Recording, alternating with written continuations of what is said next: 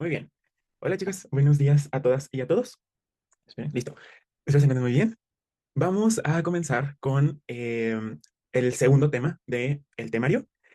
Este es un tema pesado. O sea, la verdad siento que es un tema muy sencillo, de verdad muy sencillo y muy repetitivo, porque aquí es lo que les decía, que es juntar primer y segundo bloque y pues ya.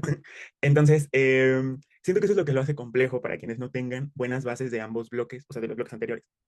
Este tema es uno de los temas más preguntados, ¿eh? O sea, sí, este tema yo diría que es la activación de linfocitos de segundo bloque. Así de preguntas les van a venir. No tantas, la verdad, pero sí es el que normalmente viene más cargado, ¿vale?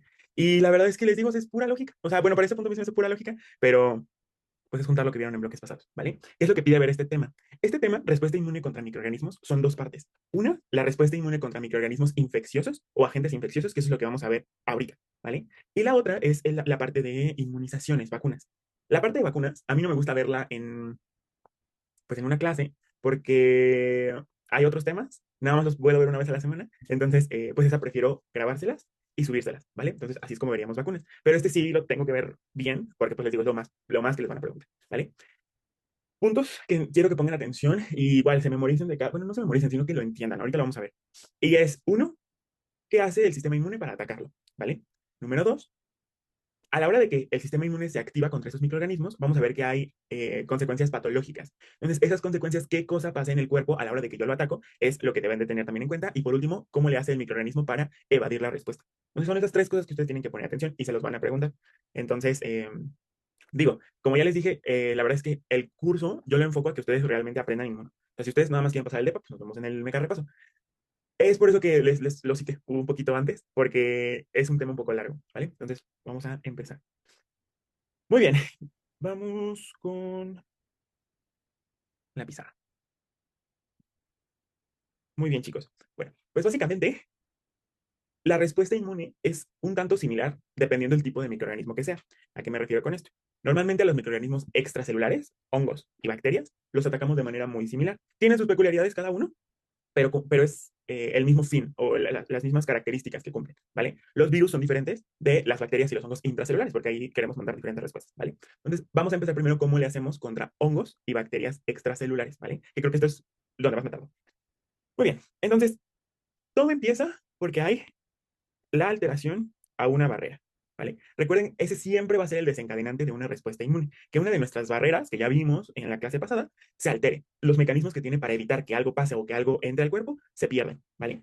Entonces, a la hora de que una barrera se afecta, va a entrar el microorganismo y va a favorecer la producción de dos cosas. Por una parte, a la hora de que el microorganismo o sea, entra al cuerpo, nosotros podemos detectar moléculas características de todos los microorganismos. ¿Alguien recuerda cómo se le llama eso? Vamos. PAMS, exactamente. Entonces, va a haber producción de patrones moleculares asociados a patógenos, ¿vale? Muy bien, ahí está. PAMS. Y la otra es, si se llega a lesionar una barrera, se van a producir moléculas relacionadas al daño, y esos son los famosos DAMs, ¿vale? ¿Qué es lo que va a ocurrir? Cerca de todas las mucosas, como ya vimos, tenemos muchísimo tejido linfoide asociado a mucosas. Y en ese tejido linfoide asociado a mucosas tenemos tanto células innatas como células residentes del tejido conectivo. ¿Qué es lo que van a hacer? Lo que van a hacer, imagínense, aquí yo tengo un mastocito. O por aquí tengo una célula dendrítica,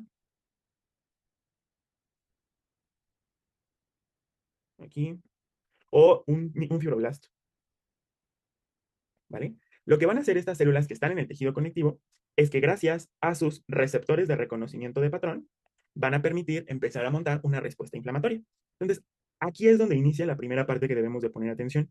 ¿Qué cosa hace la respuesta innata para defendernos? Entonces, vamos a empezar con eso. Esto ya se lo saben, les digo, esto es lo que a mí se me hace muy repetitivo, porque, pues sí, ya lo vimos. Entonces, vamos a empezar. ¿Qué es lo que va a hacer la respuesta innata? La respuesta innata lo que nos puede hacer es montar dos escenarios principales. El primero es favorecer una respuesta inflamatoria y el segundo es favorecer la fagocitosis. ¿Vale? ¿Cuáles van a ser las cosas que nos permiten montar estas dos respuestas? Si tú recuerdas de tus clases de primer bloque, recordarás que tenemos un montón de receptores de reconocimiento de patrón. Hay un buen de familias y cada uno sirve para cosas diferentes. Como lo que estamos buscando ahorita es identificar a una bacteria o a un hongo extracelular, o sea, que vive afuera de la célula, ¿en dónde te convendría tener ese receptor? Acuérdense que hay tres localizaciones: solubles en sangre, citosólicos dentro de la célula o membranales. ¿Dónde? Membranales. Membranales, ¿vale? También los solubles en caso de que esto se empiece a irse hacia la sangre, pero en esta primera instancia van a ser los receptores membranales. ¿Cuáles van a ser los principales? Primero, los receptores de tipo TOL, ¿vale? ¿Recuerdas cuáles son los receptores de tipo TOL que se expresan en la membrana extracelular, en la membrana plasmática? Uno era el 2, Ajá, era el 1, 5, ajá, 2, ajá, 5, ok. ¿Cuál el otro? 4 también. Muy bien. Y el 6. Y el 6, muy bien. Esos 2, 4, 5, esos 5 receptores son los que se van a expresar en la membrana y te van a ayudar a reconocerlo. Bien. Siguiente. Ah, porque el 3, el 7, el 8 y el 9 no. Esos son citosólicos. Exactamente, ¿no? Y normalmente, si recuerdas, reconocían material genético viral, ¿no? Entonces, ahorita no los ocupamos. Perfecto. Y después, otros que también nos van a ayudar, y aquí quiero hacer mucho énfasis, principalmente estos van a ser eh, ¿contra quién? Ah, contra hongos, van a ser los receptores de las lectinas tipo C, ¿vale? Estos receptores de lectinas tipo C cumplen una doble función. Si recuerdas, lo que reconocen son glucanos, ¿vale? Que están presentes principalmente en los hongos. Y una de sus funciones es favorecer la fagocitosis, de hecho son receptores no opsónicos. Pero otros receptores, como por ejemplo los receptores de dectina, además de favorecer la fagocitosis, también tiene la capacidad de favorecer una respuesta proinflamatoria, ¿vale? Entonces, esos dos, chicos, son los principales receptores que me van a ayudar por parte de la inmunidad innata. ¿Qué es lo que ocurre? Si tú recuerdas, a la hora de que se activan estos receptores, van a desencadenarse cascadas, aunque ya no es importante que las sepas, que me van a activar factores de transcripción. ¿Recuerdas cuáles son los factores de transcripción característicos de una respuesta inflamatoria? NF-κB y AP1. Muy bien, NF, kappa B y AP1. Eso es lo que yo quiero formar con la activación de estos receptores. ¿Y cuáles son las consecuencias que tiene la activación de NF-κB y AP1? Número uno, la síntesis de citocinas proinflamatorias. ¿Cuáles eran las tres citocinas proinflamatorias por excelencia, chicos? Una era la interleucina 6. Muy bien, La uno y el factor de necrosis tumoral alfa. muy bien. Interleucina 1, interleucina 6 y factor de necrosis tumoral alfa. Esos tres, ¿vale? Entonces esa es la primera consecuencia que se va a tener. Número dos, también empezamos a secretar quimiosinas. La primera quimiosina que normalmente secretamos va a ser la interleucina 8, también llamada CXCL8, que recuerdas de qué tipo de microorganismos, perdón, microorganismos, de células recluta. Neutrófilos. Neutrófilos, muy bien. Y por último, también me ayuda a expresar proteínas de adhesión y coestimuladores. Hablando de coestimuladores, ¿qué es lo que va a ocurrir? Las células presentadoras de antígenos, en este caso la que más me interesa, porque sabes que es la única que puede activar a linfocitos vírgenes, la célula dendrítica, a la hora de que empieza a secretar todo esto que acabamos de ver, también empieza a expresar coestimuladores. ¿Te acuerdas a qué molécula me refiero cuando te hablo de coestimuladores? B7. Moléculas B7, ¿vale? Que puede ser B7-1, CD80 o B7-2, CD86, ¿no? Que son coestimuladores, ¿para qué? Para, en un futuro, la respuesta inmune adaptativa, ¿vale? Entonces, eso es lo que tenemos en una primera instancia y que me va a favorecer la respuesta inflamatoria, ¿vale? Hasta ahorita, ¿alguna duda de qué es lo que pasó cuando entró el microorganismo? No. ¿No? Muy bien. Entonces, recuerden, todo lo que inicia esto es la alteración en una barrera, ¿vale? ¿Qué más? ¿Qué otro proceso, además de la inflamación, yo necesito? Necesito activar fagocitosis. Entonces, si recuerdas, para fagocitosis, yo tengo tres células que me lo pueden realizar. ¿Cuáles son esas tres células? Bueno, tres células. Macrófago, Muy bien, macrófagos. neutrófilo y célula dendrítica. Muy bien.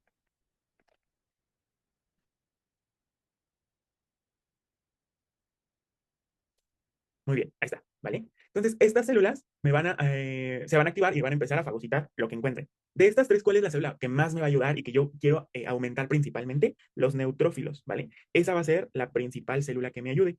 ¿Por qué los neutrófilos me van a ayudar? Porque, uno, tienen mejor capacidad fagocítica. Número dos, también en su interior cuentan con gránulos secundarios. ¿Recuerdas cuáles son dos proteínas características de los gránulos secundarios de los neutrófilos? Enzimas y catalicinas. Esa la pueden tener varias, pero hay una con los neutrófilos que, de hecho, se sabe que los neutrófilos son muy buenos contra bacterias, pero ¿por qué son tan buenos contra bacterias? Gramcimas. No, los neutrófilos no son citotóxicos. Lisozima y lactoferrina. Son esas dos. Que si recuerdan, estas son muy buenas En el caso de la lactoferrina, es un péptido quelante que lo que hace es secuestrar hierro para el metabolismo de las bacterias, y la lisozima lo que hace es degradar las uniones entre el péptido glucano, por lo tanto, degrada la pared bacteriana, ¿vale? Por eso son tan importantes. Además de que tienen otro efecto muy importante, que es la producción de trampas extracelulares de neutrófilos, ¿vale? Que si recuerdas, una trampa extracelular de neutrófilos es, tú tienes un neutrófilo, ese neutrófilo lo que hace es descondensar su material genético y liberarlo como si fuera una telaraña, ¿vale? ¿Qué es lo que van a tener estas trampas de ADN? Además de ADN, también van a tener aquí todos los gránulos que contiene un neutrófilo. Y esto favorece a que sea más fácil la eliminación del microorganismo, ¿vale? Esas son las NETs. Entonces, ya vimos que el neutrófilo es una célula que nosotros tenemos que reclutar. ¿Cómo lo reclutamos o cómo favorecemos su diferenciación? Bueno, una es gracias a todas las citocinas proinflamatorias que se están reclutando y también a la interleucina 8 que favorece la quimiotaxis. Pero nosotros tenemos en este tejido, ¿dónde está? Aquí. Nosotros tenemos en este tejido linfoide asociado a mucosas, también vamos a tener otra célula bien importante. Sigo hablando de la inmunidad innata, y todavía no me voy a la inmunidad adaptativa. Esa célula bien importante es del linaje linfoide. ¿Qué célula innata me conviene a mí activar en estos momentos?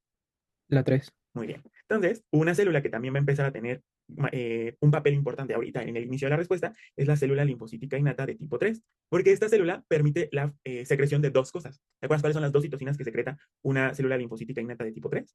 La interleucina 17 y la 22. Muy bien, interleucina 17 y la interleucina 22. Hablando de la interleucina 17, ¿para qué me va a servir? También va a favorecer la respuesta inflamatoria. ¿Qué es lo que permite? Si recuerdas, uno, favorece la diferenciación de neutrófilos. Entonces vamos a tener como dato característico una leucocitosis en una respuesta inflamatoria, principalmente a expensas de neutrófilos, debido a esta estimulación, ¿vale? Además de que también favorece la adhesión y que pase todo el proceso inflamatorio que ya conocemos los pasos, ¿vale? Dejen nada más encierro esto. ¿Y la interleucina 22 para qué servía, chicos? Aumentar las funciones de barrera. Exacto. Si recuerdan, les dije, lo que favorece que inicie todo este proceso es que una barrera se alteró. Entonces, para eso necesitamos a la interleucina 22, para que aquí estimule que esta barrera que se dañó se vuelva a regenerar. Entonces, favorece la reparación epitelial y también favorece la síntesis de péptidos antimicrobianos. ¿Vale? Les digo, este bloque es muy repetitivo, no sé si lo están sintiendo así, yo lo sentí así, porque pues es literalmente repetir lo que ya vimos, ¿vale? Entonces, voy a unir todo esto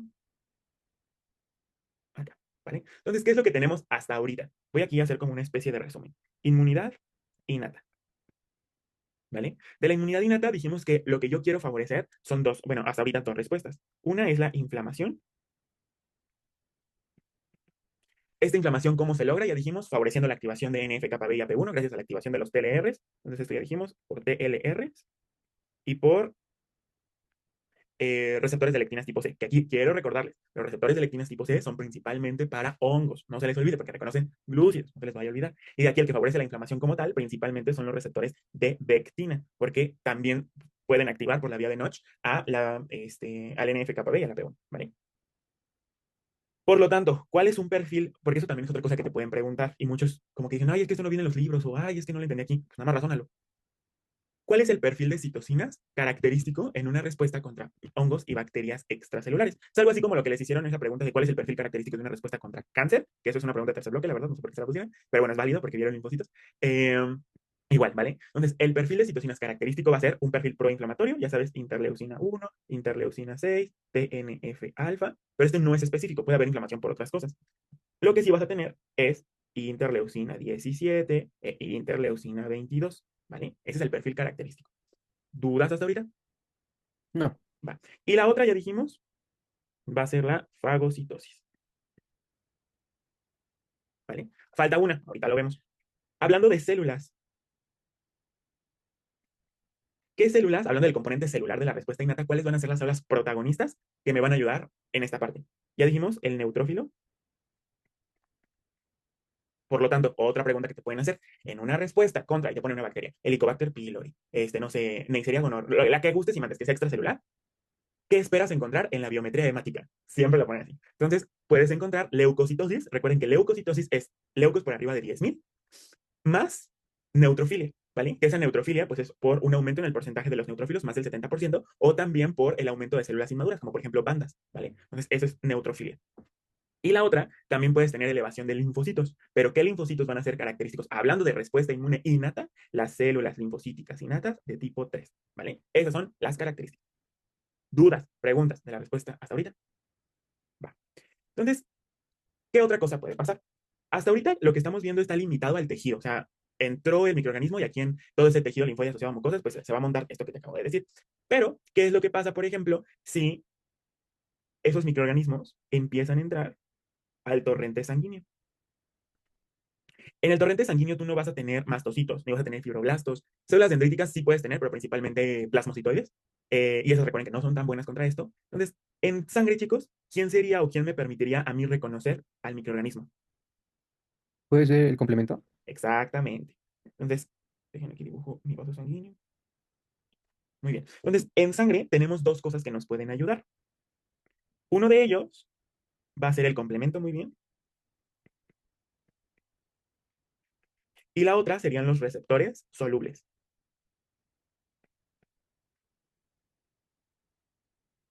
Hablando del complemento, recuerden que el complemento sirve para muchas cosas. ¿Quién me quiere decir funciones del complemento? Eso se los di en el primer bloque. Y les dije, si en algún momento yo les llego a preguntar funciones del complemento y solo me dicen esa función del complemento que yo sé que ya se les vino a la cabeza, los voy a matar. Entonces, ¿cuál es? Una, díganme la característica, que todos saben del complemento. ¿Qué es lo que hace? Opsonizar. ¿Cuál? Opsonizar. Bueno, esa no es la que todos saben, pero muy bien, Irving. Opsonizar es una, pero hay una que todos saben y que es la Formación del complejo de ataque a la membrana. exactamente, ¿no? Esa es como la que todos se saben, ¿no? La formación del complejo de ataque a la membrana, el MAC. Pero, ¿qué es importante del complejo de ataque a la membrana? ¿Te acuerdas qué tipo de microorganismos son los que son susceptibles por lisis mediada por el complemento? Neiserias. Exactamente. Entonces, aquí, pequeña nota. Solo las neiserias son las que se pueden lisar. Por eso les digo, todo el mundo dice que esta es la principal función del complemento y la que más se acuerdan, pero es la que menos sirve. Yo quiero activar el complemento para favorecer otras cosas. Una de ellas, ya me lo dijeron, muy bien, es la producción de opsoninas. ¿Qué moléculas del complemento, chicos, sirven como opsoninas? C3b. Muy bien, la principal. El análogo de C3b, pero en, por ejemplo, vía clásica y lectinas, ¿cuál es? C4b, muy bien. Y C4d. esas son fragmentos por degradación, que sí son muy importantes, que son, por ejemplo, C4, C3, C3D y C3B, C3DG, ¿vale? Esas son fracciones de las propias opsoninas, pero que también sirven para opsonizar, ¿vale? Y cuando hablamos de opsoninas, pues recuerden que entonces esto también me favorecería la fagocitosis, ¿vale? Entonces aquí ya lo estamos reforzando. Y la otra, ¿qué otra función tiene el complemento? ¿O qué otra cosa se produce cuando tú activas las vías del complemento, chicos? Lo de las anafilotoxinas. Exactamente. ¿Para qué sirven las anafilotoxinas? Filotoxinas me sirven para favorecer la inflamación. Anafilotoxinas, recuerden, la más potente, ¿cuál es? C5A y después le seguiría C3A, ¿no? Entonces, estas son anafilotoxinas que lo que favorecen también va a ser la respuesta inflamatoria, ¿vale? Entonces, eso es como el complemento me puede ayudar. ¿Dudas de esto? Va, ahora, de receptores solubles. De receptores solubles, recuerden que nosotros tenemos diferentes tipos. Tenemos a las colectinas, a las ficolinas, que esas principalmente van a ser moléculas opsonizantes, son un tipo de opsoninas. Entonces, los receptores solubles me van a ayudar para favorecer la fagocitosis. Pero tenemos a otras, como por ejemplo la proteína C reactiva o el amiloide isérico P, que esas son las famosas pentraxinas. Las pentraxinas favorecen la activación del complemento, pero ¿qué vía específicamente? ¿La vía alterna? ¿No? La vía alterna se activa de manera espontánea, solo necesita que la estabilice. La vía clásica, ¿vale? La vía clásica se activa por anticuerpos, pero ahorita estamos con inmunidad innata, y por pentraxinas, ¿vale? ¿Cuáles son las pentraxinas? Proteína C reactiva y el amiloide isérico P, pero ese casi no se mide, ¿vale? Entonces, no quiero que se te olvide la proteína C reactiva. ¿Qué es lo que, no lo voy a poner de este lado, que es como para su examen, lo voy a poner de este lado, que esto es como para la vía? ¿Qué cosas tú vas a ver entonces en una persona que tiene una respuesta inflamatoria en general, pero ahorita lo voy a enfocar como a bacterias? Número uno, si recuerdas una es leucocitosis. Y esto es porque hay un aumento, o sea, un aumento en leucos mayor a 10.000. Y de esta leucocitosis, el aumento se debe principalmente por neutrófilos, ¿vale? Más del 70% de neutrófilos. ¿Qué otra cosa vas a tener? Vas a tener fiebre, ¿vale? ¿Por qué hay fiebre? No les he mencionado nada de fiebre, pero ustedes ya lo pueden deducir de aquí. ¿Por qué? ¿Qué es lo que ocasiona la fiebre? ¿O por qué todavía no ven eso en endocrino? Bueno, pero yo te lo dije en primer bloque. ¿Cuándo ven? ¿Por qué hay fiebre, chicos? ¿Cuál es el centro regulador de la temperatura del cuerpo? Va, el hipotálamo, ¿vale? Estas tres pequeñas de aquí, además de ir a hacer sus travesuras a todo el cuerpo, también van a favorecer, bueno, en este caso favorecer la inflamación, van a ir a dos sitios importantes. Uno de ellos es el hipotálamo. ¿Y qué es lo que hacen en el hipotálamo? Estos estimulan a nivel de los astrocitos a que se produzca prostaglandina E. Y esta prostaglandina E lo que hace es favorecer mediadores como AMP cíclico, que lo que favorece es que tus neuronas cambian su punto de regulación. ¿A qué me refiero con esto? En el hipotálamo van a llegar todas las señales del cuerpo que tienen que ver con la temperatura, ya sea el flujo sanguíneo local que está ahí en el hipotálamo o de nuestros termorreceptores que tenemos en toda la periferia, van a llevar la información. Y el hipotálamo, a partir de esto, va a decir lo normal es tener de 36 a 37.2 de temperatura. ¿Vale? Pero, ¿qué es lo que pasa? Debido a la producción de prostaglandina E, pues otra cosa que van a, bueno, estas neuronas se confunden y entonces dicen, ya no, lo normal no es tener hasta 37.2, lo normal ahora es tener 40. Entonces, lo que hace este hipotálamo es decirle al cuerpo, estamos helándonos, porque estamos nosotros en 36 y yo quiero estar en 40. Entonces, uno, el metabolismo que se acelere, dos, músculo pues empieza a contraerte ahí, por eso estás temblando para que generes movimiento y generes calor, ¿vale? Redireccioname todo hacia principalmente órganos centrales. Entonces, por eso te pones rojo, por eso pues estás temblando, por eso tienes escalofríos, porque tu temperatura es más baja a lo que ahora el hipotálamo tiene como alto, bueno, como normal, más bien. Y eso es lo que causa la fiebre, ¿vale? Entonces, ¿qué es la fiebre? Es una desestabilización o una desregulación en el centro termorregulador, que es el hipotálamo, y se da principalmente por la producción de citocinas proinflamatorias. De ahí que cuando tú tengas un paciente y sospeches que pues tiene un proceso inflamatorio. Por ejemplo, te dice, tengo diarrea, pero hay muchas causas de diarrea. Una cosa que le puedes preguntar es, ¿ha tenido fiebre o ha tenido escalofríos? Porque no todos se la miden. Eso te orienta un poquito más. No es ley, no todas las infecciones te dan fiebre, eso es algo importante, pero eso te puede orientar a que probablemente vaya hacia algo infeccioso, porque se produjeron estas citocinas proinflamatorias, ¿vale? Entonces, eso es algo característico de la fiebre. ¿Qué otra cosa? ¿A dónde más van a ir estas citocinas proinflamatorias? Van a ir al hígado. Y en el hígado van a favorecer el aumento de reactantes de fase aguda. ¿Vale? Estos reactantes de fase aguda van a ser, bueno, entre ellos vamos a tener a la proteína C reactiva. Entonces tu cuerpo empieza a aumentar la cantidad de proteína C reactiva para que esté en sangre y si se llega a encontrar la bacteria, lo opsonice y tanto favorezca la vía del complemento como también favorece la fagocitosis. ¿Vale? Eso es lo que va a pasar. Entonces, además de fiebre, que ya dijimos, oye, ¿qué onda con esto? ¿Cómo cierro esto? ¿Por qué así, no? Ah, ya. Fiebre, ¿cómo se define fiebre? Fiebre es una temperatura por arriba de 38 grados. Esa es la definición de fiebre. Existe otra definición que no es tan aceptada, que es la famosa febrícula, que es un inter entre 37.2 o 38, ¿no? Eso ya lo adaptas de acuerdo a la población, porque no toda la población tiene la misma temperatura. Y, ¿qué es otro? Aumento de reactantes de fase aguda. ¿Vale? Dentro de estos reactantes tenemos a la proteína C reactiva o otro que se busca, que este no es como tal una proteína, si no es un fenómeno que ocurre con los eritrocitos, es la velocidad de sedimentación globular, la BCG, que es, o sea, tú agarras pues una muestra y pones a centrifugar los eritrocitos y ves qué tanto tardan en que se sedimenten. Si esto está aumentado, te habla acerca de que hay un estímulo, principalmente citocinas inflamatorias, que lo que hacen es que se sedimente más rápido, ¿vale? Entonces, se aumenta la velocidad de sedimentación globular, también es un marcador de que hay inflamación, ¿vale? Muy bien, chicos. Entonces, eso por parte de la inmunidad innata, ¿vale? Vamos ahora con la inmunidad adaptativa. En la inmunidad adaptativa, ¿qué tenemos?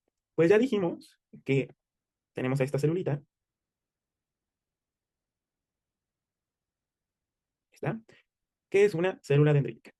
Esta célula dendrítica lo que va a hacer es empezar a fagocitar y dentro de eso va a empezar a presentar, a procesar antígenos, ¿vale? Recuerda que las células dendríticas, cuando están en tejidos periféricos, se les denomina células dendríticas inmaduras. Pero una vez que encuentra algo que comerse y lo procesa, se convierte en una célula dendrítica madura, ¿vale? ¿Qué características va a tener ahora esa célula dendrítica madura? ¿Alguien me recuerda? Aumenta la expresión de moléculas de MHC Exactamente, ahora va a tener muchos MHCs, ¿vale? Con el antígeno. ¿Por qué? Porque ya lo procesó. Muy bien, esa es una. Otra, y empieza a expresarse CR7, CCR7. ¿Qué le va a permitir CCR7? Irving? viajar a las zonas T dependientes, Exactamente, va a ir hacia los órganos linfoides secundarios, específicamente las zonas T dependientes. Muy bien. ¿Qué otra cosa? disminuye su capacidad fagocítica. Ok, lo voy a poner un poquito abajo, nada más porque me faltó uno de subir, pero muy bien, disminuye fagocitosis. Y por esto me refiero a que disminuye la cantidad de receptores para la fagocitosis. ¿Y qué más? Y aumenta las moléculas coestimuladoras. Muy bien, aumenta las moléculas coestimuladoras, aumenta el famoso B7, ¿vale? Y entonces esta célula dendrítica va a ir hacia un órgano linfoide secundario, ¿vale? Esto porque, bueno, ¿por qué vía lo va a hacer? Lo va a hacer por la sangre, lo va a hacer por dónde va a viajar. ¿Se acuerdan? Por la linfa, ¿no? Exactamente. Se va a meter a la circulación linfática. Lo voy a poner entonces de verde. Entra a la circulación linfática, llega hacia un ganglio y va a llegar con los linfocitos T. ¿Por qué llega específicamente con los linfocitos T y no se va con los B? ¿Qué hay en esa zona que recluta a la célula para que llegue específicamente ahí? ¿Te acuerdas? Las células fibroblásticas reticulares Células reticulares fibroblásticas. Muy bien. FRC. Ajá. ¿Y qué es lo que hacen esas células reticulares fibroblásticas? ¿Qué secretan? secretan CCL19 y CCL21. Les digo, este bloque es facilísimo si ya entendiste los dos pasados. ¿Y a dónde se van a unir? Se van a unir específicamente a Cristiano Ronaldo, ¿no? A CCR7. Muy bien. Entonces van a llegar aquí a la zona T dependiente. Y va a haber un linfocito T. Ese linfocito T, bueno, pues ahí va a estar las tres señales de activación que requiere un linfocito T. Ya sabes, reconocimiento del antígeno, coestimulación, estimulación por citocinas, principalmente interleucinados, ¿no? Y este linfocito que reconoce mejor a ese antígeno que se le está presentando, pues se va a activar, ¿vale? Ahora, además de activarse ese linfocito, se va a diferenciar. ¿Cuáles van a ser o cuál va a ser el perfil que yo voy a tender a diferenciar en estos casos, chicos? TH17. Exactamente. Entonces, esta célula se va a diferenciar gracias a la expresión de qué factor de transcripción. ROR gamma T. Muy bien. ROR gamma T se va a diferenciar hacia un perfil TH17. Muy bien. Que de este perfil TH17, chicos, ¿por qué se fue hacia ese perfil? ¿Qué es lo que, o sea, ya sabemos que es el perfil que más nos conviene, porque este es muy bueno contra microorganismos extracelulares, que es de lo que estamos hablando. Pero ¿por qué? Todo tiene un porqué. Bueno, casi todo tiene un porqué. Pero, ¿qué es lo que hizo? Si se acuerdan, hay citocinas polarizantes. ¿Qué estamos produciendo? ¿Qué es lo que favoreció eso? Por las citocinas inflamatorias, ¿no? Por inflamatorias. Exactamente, estas de acá. De estas tres, ¿cuál es la que principalmente va a ser la que me va a servir para diferenciar? Interleucina 6. Exactamente. Entonces, gracias a la influencia de la interleucina 6, y me falta otra, que esa les dije, esa siempre se produce, y más si viene de una mucosa. TGF beta. Y TGF beta son las que me van a diferenciar error gamma T y por lo tanto tienes un TH17, ¿vale? ¿Qué produce el TH17?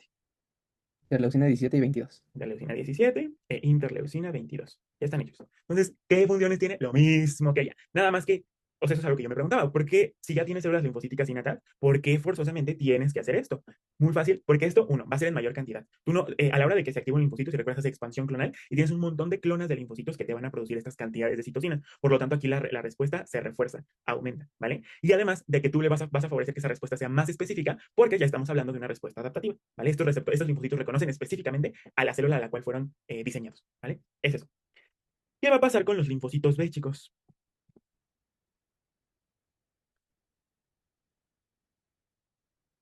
Linfocitos B. Aquí. Ahí está.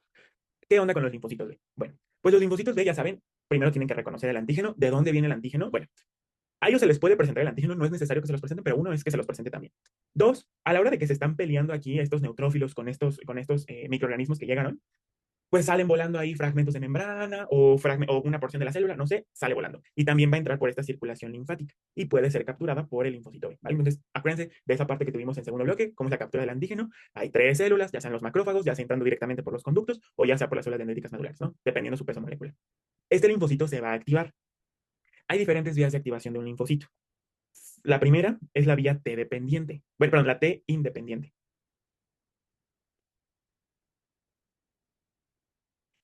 Estas respuestas se van a ver favorecidas en el caso de estos microorganismos. ¿Por qué? La vía T independiente va a ser muy buena contra las cápsulas bacterianas. Entonces, cápsulas. Porque si recuerdas, los polisacáridos son antígenos T y 2 y entonces favorecen el entrecruzamiento de receptores y entonces favorecen a que se active más fácil un linfocito B. Entonces son muy buenas por las cápsulas y también recuerden porque pues son patógenos al final del día, entonces expresan lipopolisacárido. Entonces, lipopolisacárido, que son antígenos T y 1 y también favorecen la activación inmediata. ¿Qué isotipo de inmunoglobulina se va a diferenciar, o sea, bueno, se va a producir en una respuesta T independiente, chicos? IgM. IgM, muy bien. Perfecto. La otra es por la vía T dependiente. Por la vía T dependiente, esto es, acuérdense, directamente contra proteínas, y aquí vamos a diferenciar dos perfiles principales. Uno es la IgG y el otro es la IgA, ¿vale? Porque yo quiero diferenciar estos dos perfiles. Si tú recuerdas, la IgG es muy buena para opsonizar,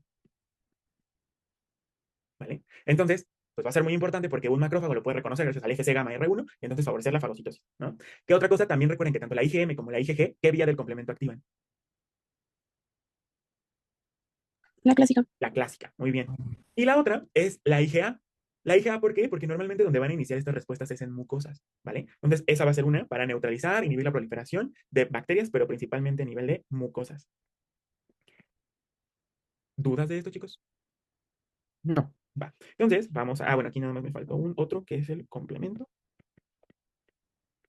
Esto es por parte de la respuesta innata. Y por parte de la respuesta adaptativa, ¿cuáles van a ser los mecanismos? Hablando de la inmunidad celular, la célula responsable va a ser un linfocito TH17, ¿vale? Y hablando de la inmunidad humoral, pues van a ser los linfocitos B, pero principalmente gracias a la producción de IgA, IgG e IgM, ¿vale? ¿Dudas de esto? Vale, muy bien. Entonces, esto, chicos, es básicamente el resumen de los mecanismos efectores de cómo nosotros podemos montar una respuesta contra hongos y bacterias extracelulares. ¿Dudas, preguntas de algo? No. ¿No? Les digo, este es un resumen de dos bloques que nos vimos. Entonces, nada más déjenme enfatizar un poquito. Yo sé que esto es mucho, ¿vale? Para que se organicen un poco mejor. Esto de acá es lo que ustedes tienen que recordar, ¿vale? Lo que les van a preguntar. Entonces, mecanismos efectores, ya dijimos inmunidad innata, inflamación, fagocitosis, complemento, células características, neutrófilos y células linfóticas innatas de tipo 3. Y adaptativa, los TH17, IgA, IgG e IgM, ¿vale? Esas tres. ¿Qué es lo que esperas encontrar en una biometría hemática? Leucocitosis a expensas de neutrófilos, ¿vale? ¿Y qué otra? ¿Qué otra cosa les preguntan de esto? Eh, un perfil característico de una respuesta contra bacterias u hongos extracelulares. Vamos a tener a un perfil proinflamatorio, interleucina 1,6 y TNF-alfa, pero específicamente contra estos microorganismos, interleucina 17 e interleucina 22. No se les olvide, ¿vale? ¿Qué receptor? No, es que sí se los preguntan, pero les digo, se los preguntan normalmente más con los hongos, porque los hongos las lectinas tipo C son característicos para ellos, ¿vale? Pero, ¿cuáles son los receptores que me permiten favorecer inflamación? Recuerden, TLRs de membrana, principalmente membrana plasmática, y lectinas tipo C. Fagocitosis, pues tú tienes tanto receptores opsónicos como no opsónicos. Los opsónicos que vimos, pues es el CD91, que ese es el que reconoce, por ejemplo, a los PRR solubles, a los receptores del complemento, porque recuerda que el complemento también se está activando, a los receptores de anticuerpos, al FC gamma R1 es el principal, y me falta uno. Ah, los no opsónicos tenemos ahí a los que son PRRs para fagocitosis. Volvemos con las lectinas tipo C, langerina, receptor de manosa, o tenemos, por ejemplo, a los scavenger, que si recuerdan los scavengers son principalmente más contra lípidos, ¿vale? Ya. ¿Dudas, preguntas hasta ahorita, chicos? ¿No? Muy bien. Ahora, dejen ahora aquí otra pestañita. Siempre, esto es lo más tardado, ya los demás les juro que son más fáciles y ya me voy un poco más a lo puntual, ¿vale? Pero quiero que vean como la respuesta global. Esto de acá, mecanismos patogénicos. ¿A qué hace referencia esta parte de mecanismos, o bueno, más bien consecuencias patológicas?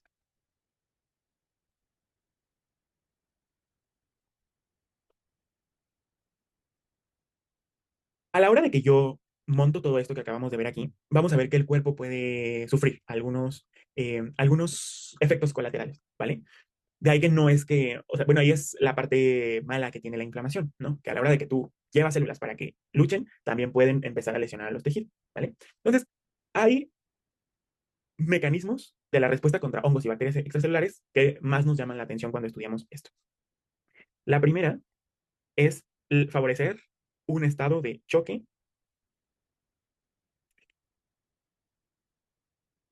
séptico, ¿vale? ¿Qué es esto de choque séptico? Choque séptico, si se dan cuenta, tiene dos componentes, la palabra choque y la palabra sepsis, ¿vale? Cuando hablamos de sepsis, esto creo que lo vieron en sus clases de Ciru, o estoy loco, o ya no lo ven. No me Sí. acuerdo. Sí, perfecto, muy bien. ¿Sepsis qué es? Sepsis es la consecuencia de una infección. O sea, tú tienes ya sea la sospecha o la confirmación de que hay un proceso infeccioso y que esa infección te ocasiona la liberación de muchas citocinas, o sea, hay una respuesta inflamatoria, ¿vale? Estos dos, infección más respuesta inflamatoria, antes ya no se ocupa tanto este concepto, pero era lo que se le conocía como respuesta inflamatoria sistémica, ¿vale? Ya no se ocupa tanto ese concepto de acuerdo a las guías, ¿vale? Se ocupa más el término de sepsis. ¿Qué es lo que pasa cuando hablamos de sepsis? En sepsis, además de una respuesta inflamatoria sistémica, tenemos que hay un daño orgánico, ¿vale? Hay muchas escalas para nosotros decir que hay daño orgánico.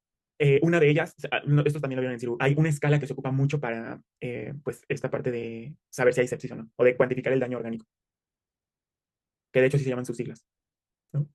Bueno, pues es el famoso, la famosa escala SOFA, ¿vale? Hay un SOFA largo y un SOFA corto, el famoso Quick SOFA, ¿vale? Si el paciente tiene más de 2 puntos en un Quick SOFA, a eso ya se le considera un daño orgánico y entonces le permite entrar en la categoría de sepsis, ¿vale? ¿Cuáles son los parámetros del SOFA? Uno es taquipnea. Dos es alteración en el sensorio, alteración neurológica. Bueno, no neurológica, no, porque neurológico es un espectro. Vamos a ponerle aquí alteración de, pues sí, sensorio. Y tres, hipotensión. ¿Con cuánto está taquipnea, chicos?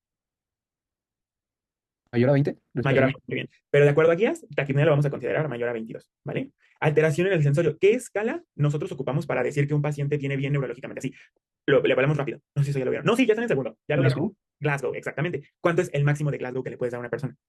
Ahorita tú que me estás poniendo atención, estás en tu cuarto, escuchándome, viéndome, respondiéndome, ¿cuál sería tu Glasgow? 15, ¿vale? 15. Oye, ese Glasgow lo van a hacer muchísimo cuando entren a clínicas, ¿vale? Entonces, ese estudienlo mucho. ¿Y cuál es la puntuación mínima de un Glasgow, chicos? ¿3? 3. Si dije, si me dicen 0, les voy a exactamente 3, ¿vale? Entonces, cuando decimos que hay, o para que le demos un punto aquí en el sofá, bueno, específicamente en el Quick Sofa, menos de 13. Menor o igual a 13, eso ya lo puntúa. Hipotensión, aquí lo que nosotros consideramos es la presión sistólica. Si tiene una presión sistólica menor a 100, eso ya es hipotensión, ¿vale? Entonces, eso es lo que consideramos como sepsis, ¿vale? Estamos hablando apenas de definiciones. Aún no les digo el por qué ocurre esto, pero dudas de la definición de sepsis. No. Perfecto. Esperen, me están llamando. De verdad, estoy harto de estas llamadas. No sé quién sea, ya les contesto y siempre les contesto. No me contestan.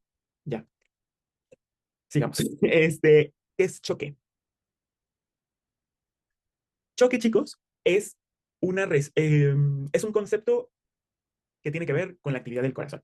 Como ustedes saben, el corazón tiene un gasto cardíaco. ¿Ese gasto cardíaco de qué depende? De la frecuencia cardíaca y del volumen sistólico. Muy bien. Eh, Este gasto cardíaco se debe de mantener. ¿Por qué? Porque asegura que los tejidos reciban el aporte principalmente de oxígeno que necesitan. Si hay una alteración en el gasto cardíaco, entonces el oxígeno no empieza a llegar a los tejidos, hay una hipoperfusión y por lo tanto eso me va a causar hipoxia. Eso es choque. El choque es una alteración en la función cardíaca, principalmente, bueno, esto puede ser a varios niveles, no voy a decir que solamente a nivel del gasto cardíaco, sino es una alteración del corazón, que lo que hace es que no haya una correcta distribución de oxígeno a los tejidos y me cause hipoxia. ¿Vale? Hay diferentes tipos de choque, ¿vale? Específicamente, bueno, sí hay diferentes tipos de choque, está el distributivo, el neurogénico, el restrictivo, hay muchos.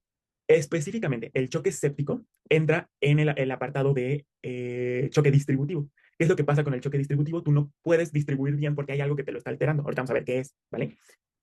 ¿Cómo tú, bueno, esto ya es para que ustedes también lo analicen, no se los van a preguntar, pero tú cómo confirmarías entonces que un paciente tiene choque, chicos? O que está chocado. ¿Qué le verías?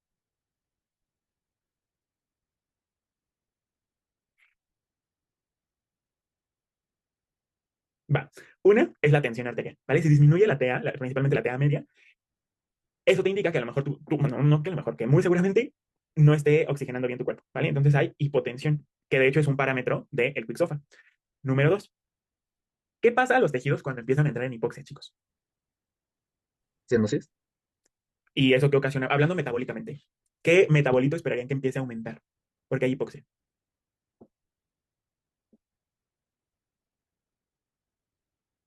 ¿Qué tiene que ver con la glucólisis? Ya les di una pista. El lactato, ¿vale? ¿Qué es lo que ocurre? Si tú tienes una disminución en el aporte de oxígeno, no vas a poder hacer metabolismo aerobio.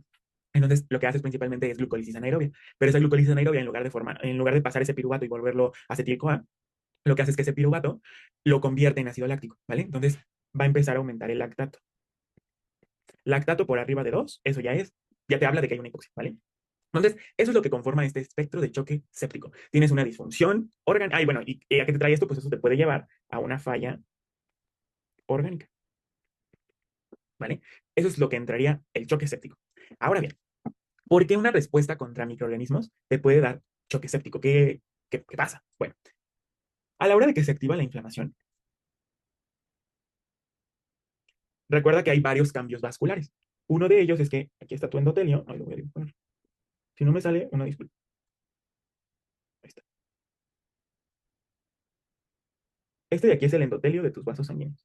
¿Alguien recuerda cuáles son los cambios vasculares que ocurren durante la respuesta inflamatoria, chicos? Se separan un poquito sus uniones para que puedan lo del árbol. salir las células, ¿no? ¿Cómo se le llama a eso? Activación del endotelio. ¿Ok? ¿Y qué trae como consecuencia la activación del endotelio? Vasodilatación. Vasodilatación. No, la vasodilatación depende de la túnica media, pero es con lo que me dijo Irving. ¿Qué pasa a la hora de que se estrechan? Se hacen más chiquitos. Diabetes. ¿Cómo? Diabetes. Antes, ¿qué le pasa? O sea, y que de hecho a la hora de que se estrechan empieza a salir aquí líquido. Edema. Muy bien, y de hecho esa fue una pregunta de primer bloque. ¿Qué cambio vascular favorece el edema? Aumento de la permeabilidad. Exactamente, muy bien. Ahí iba, iban por ahí, muy bien. Yo sé que tienen la noción, nada más que a veces como que quiero que me contesten específicamente con lo que puede que les pregunten, ¿vale? No, no lo hago por eso, yo ya les había entendido desde el primer momento, no se preocupen. Entonces, eso es lo que ocurre. ¿Qué es lo que pasa durante la inflamación? Hay cambios vasculares. Uno de ellos es la vasodilatación y el otro es el aumento de la permeabilidad. ¿Qué es lo que ocurre? Estas uniones que existen entre el endotelio se empiezan a hacer cada vez más grandes, porque la célula, justo como me dijeron, se hace como más chiquita, ¿vale? Se contrae. Y esto lo que hace es que se empiece a fugar líquido, ¿vale? Ahora, ¿qué es lo que pasa si hay vasodilatación, chicos? Cuando hablamos de la resistencia vascular periférica, ¿aumenta o disminuye? Disminuye. Entonces, va a disminuir la resistencia vascular periférica. ¿Qué es lo que pasa? Se aumenta la permeabilidad. ¿Qué le va a pasar al volumen sanguíneo? Disminuye. Disminuye el volumen sanguíneo. Y si disminuye el volumen sanguíneo, ¿qué le va a pasar al retorno venoso? Disminuye. Y si disminuye el retorno venoso, ¿qué le va a pasar a la, ¿qué le va a pasar a la contractilidad? Disminuye. Disminuye, exactamente. Por lo tanto, ¿cómo se le llama a este efecto en donde disminuye la contractilidad? En un nombre. Inotrópico negativo. Hay un inotropismo negativo. Exactamente. Y entonces, si tú tienes una disminución en la contractilidad y una disminución en el retorno venoso, en el retorno venoso, bueno, sí, en la resistencia vascular periférica, ¿qué le va a pasar a tu función cardíaca? ¿Qué es lo que se va a ver afectado?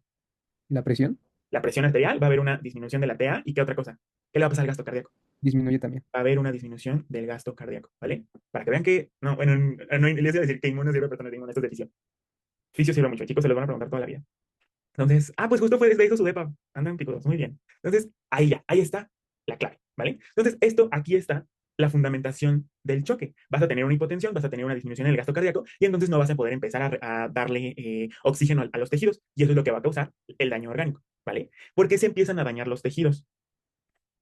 El primero que normalmente empieza a sentir estas alteraciones en el gasto cardíaco va a ser el riñón. Vámonos con fisiología renal. ¿Qué pasa con el riñón cuando le das menos sangre? Disminuye su tasa de filtración. Exactamente. Entonces disminuye la tasa de filtrado glomerular. Cuando disminuye la tasa de filtración glomerular debido a este bajo aporte sanguíneo, a esto se le llama lesión renal aguda de tipo prerrenal. Ay, renal. Porque hay una lesión renal aguda. ¿Por qué se le llama prerrenal? Porque acuérdense de su esquema de la nefrona. O sea, tú tienes glomérulo, corpúsculo renal, túbulos renales, conducto colector, ¿no? Entonces, si el daño está antes del glomérulo, que en este caso es un bajo aporte de agua, esto sería un daño prerenal. Si el daño está en todo lo que sería la nefrona, bueno, en todo el túbulo urinífero, a eso se le llama renal. Y si el daño es en la salida del túbulo colector, a eso se le llama postrenal, ¿vale? Que normalmente es, por ejemplo, un lito o una hiperplasia prostática que no deja salir la orina, eso también daña, ¿vale? Entonces se empieza a dañar el riñón y entonces se empiezan a acumular metabolitos tóxicos. Y si se acumulan metabolitos tóxicos, pues entonces empieza a ser tóxico principalmente para quién? Para tanto músculo como para hígado. Y entonces también empiezan a dañar. ¿Y quién se empieza a alterar? ¿Por qué? Porque hay aumento de, por ejemplo, urea, ¿vale? A eso se le llama encefalopatía urémica, ¿vale? Ya no me voy a ir más porque eso es vicio, pero por eso empieza a haber este choque, ¿vale? Y este daño orgánico. ¿Qué es lo que va a causar? Ahora sí, ya vámonos a la parte inmunológica. ¿Qué es lo que va a causar que tú tengas esto? No todas las inflamaciones te van a causar eso, ¿no? A lo mejor ayer te pegaste, se te inflamó tu tobillo, pero no hiciste falla renal debido a esto. ¿Por qué entonces hay personas que sí? Esto se debe a que hay un estímulo excesivo de la inflamación. Esta inflamación se debe de hacer sistémica, o sea, no nada más en el sitio, sino que se vuelve sistémica y pues entonces empieza a favorecer la liberación de citocinas. ¿Cuáles son los factores que favorecen que la inflamación se haga muy grande? El primero es la presencia de toxinas. Hay muchas toxinas de los microorganismos que favorecen que la respuesta se haga excesivamente grande, ¿vale? Entonces las toxinas favorecen a la famosa tormenta de citocina. Dos, dentro de esas toxinas o bueno, muy bien, componentes del microorganismo van a estar los superantígenos. ¿Qué era un superantígeno? ¿Te acuerdas? Sí, era un antígeno que se unía a a la cadena variable beta Muy y a bien. la cadena alfa del MHC. No se unía al suerte de unión y causaba justamente como la cadena variable beta del linfocito T es muy, bueno, es muy similar en varias células, Ah, producción por proliferación de la misma célula. Ajá, exactamente, ya, me dijiste todo, exacto.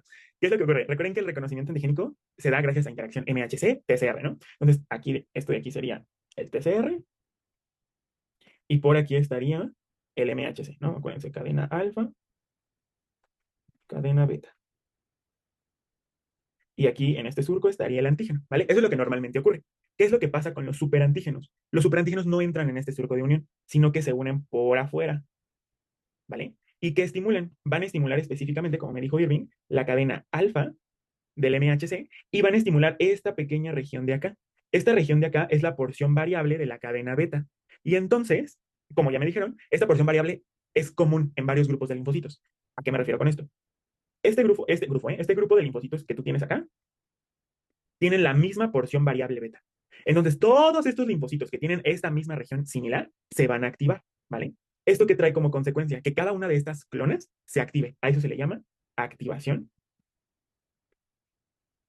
policlonal. Específicamente de linfocitos B, porque son los que tienen TCR, ¿vale? Y le voy a poner un foquito porque esto es pregunta de examen. ¿Qué es lo que hacen los superantígenos? Favorecen la activación policlonal de linfocitos T. ¿Por qué? Por esto que les acabo de decir. ¿Y qué de malo tiene que tú tengas muchos linfocitos que están proliferando? Ah, pues que cada uno de esos linfocitos va a empezar a producir citocinas una vez diferenciado. Y entonces también favorece la tormenta de citocina. ¿Vale? ¿Dudas de esto? Va. Entonces, primera consecuencia patológica que tiene la respuesta contra bacterias y hongos extracelulares es choque séptico. ¿Por qué se da un choque séptico? Porque hay un aumento en la inflamación, lo cual disminuye la tensión arterial y disminuye el gasto cardíaco. Por lo tanto, hay una hipoxia y eso nos lleva a falla orgánica. Eso es un choque séptico. Ya esto que les di extra es para la vida, ¿eh? Para que, pues, cuando están rotando no se los atoren. Eh, Inmunológicamente hablando, ¿qué favorece esto? Este aumento de la inflamación, la tormenta de citocinas. Y esa tormenta de citocinas puede ser, uno, por la presencia de toxinas o por la presencia de superantígenos, ¿vale? Eso es. ¿Dudas de esto? No. Va. Siguiente consecuencia patológica que tiene y que está, híjole, no me quiero meter porque también es uno de mis temas favoritos, pero también favorece respuestas autoinmunes. Autoinmunidad. Vamos a tener una clase, literalmente una clase, para solo ver las bases inmunológicas de la autoinmunidad. Es un tema precioso. Eh, no me voy a meter tanto en eso. Les adelanto un poquito. Autoinmunidad es cuando el sistema inmune se aloca y entonces empieza a atacar a nuestros componentes como si fueran extraños, ¿vale? Eso es autoinmunidad. ¿Por qué se da la autoinmunidad? Hay muchos factores y ya después vamos a ver que se necesitan que haya 3 factores para que se pueda dar la autoinmunidad. Dentro de esos factores tenemos a los factores ambientales. Uno de ellos son las infecciones. Porque una infección te puede favorecer la autoinmunidad. Uno de ellos es debido a algo llamado reacción cruzada. Eso se lo tiene el segundo bloque, pero ¿alguien recuerda qué es reacción cruzada? No presentación cruzada, son cosas diferentes. Reacción cruzada. ¿Se acuerdan? ¿Era lo del mimetismo molecular? Exacto, muy bien, exacto. ¿Qué es lo que ocurre? Imagínense que a ti te infecta esta bacteria de por acá. Ay, me quedó horrible. Bueno, lo voy a hacer más fácil. Esta bacteria de por acá, ¿vale? Esa bacteria, pues ya sabes, o sea, que aquí le voy a hacer un zoom. Imagínense que el epítopo que nosotros queremos atacar tiene esta estructura. Ese es el epítopo que yo quiero atacar. Entonces, ¿qué es lo que ocurre? Se activan tus linfocitos.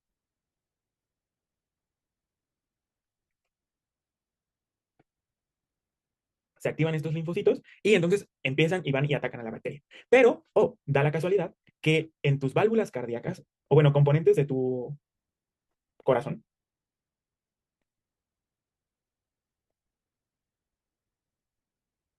espero parezca. ¿Qué es lo que ocurre? Si yo le hago un zoom a sus componentes, van a ver que se parece muchísimo esto que tú tienes acá con esto. Se parecen un montón. Entonces, ¿qué es lo que ocurre?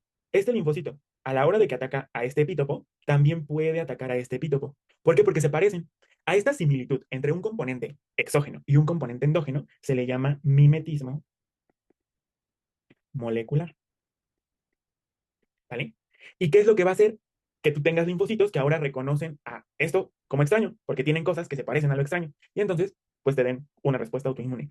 Un ejemplo clásico de esta reacción cruzada es la respuesta contra piógenes.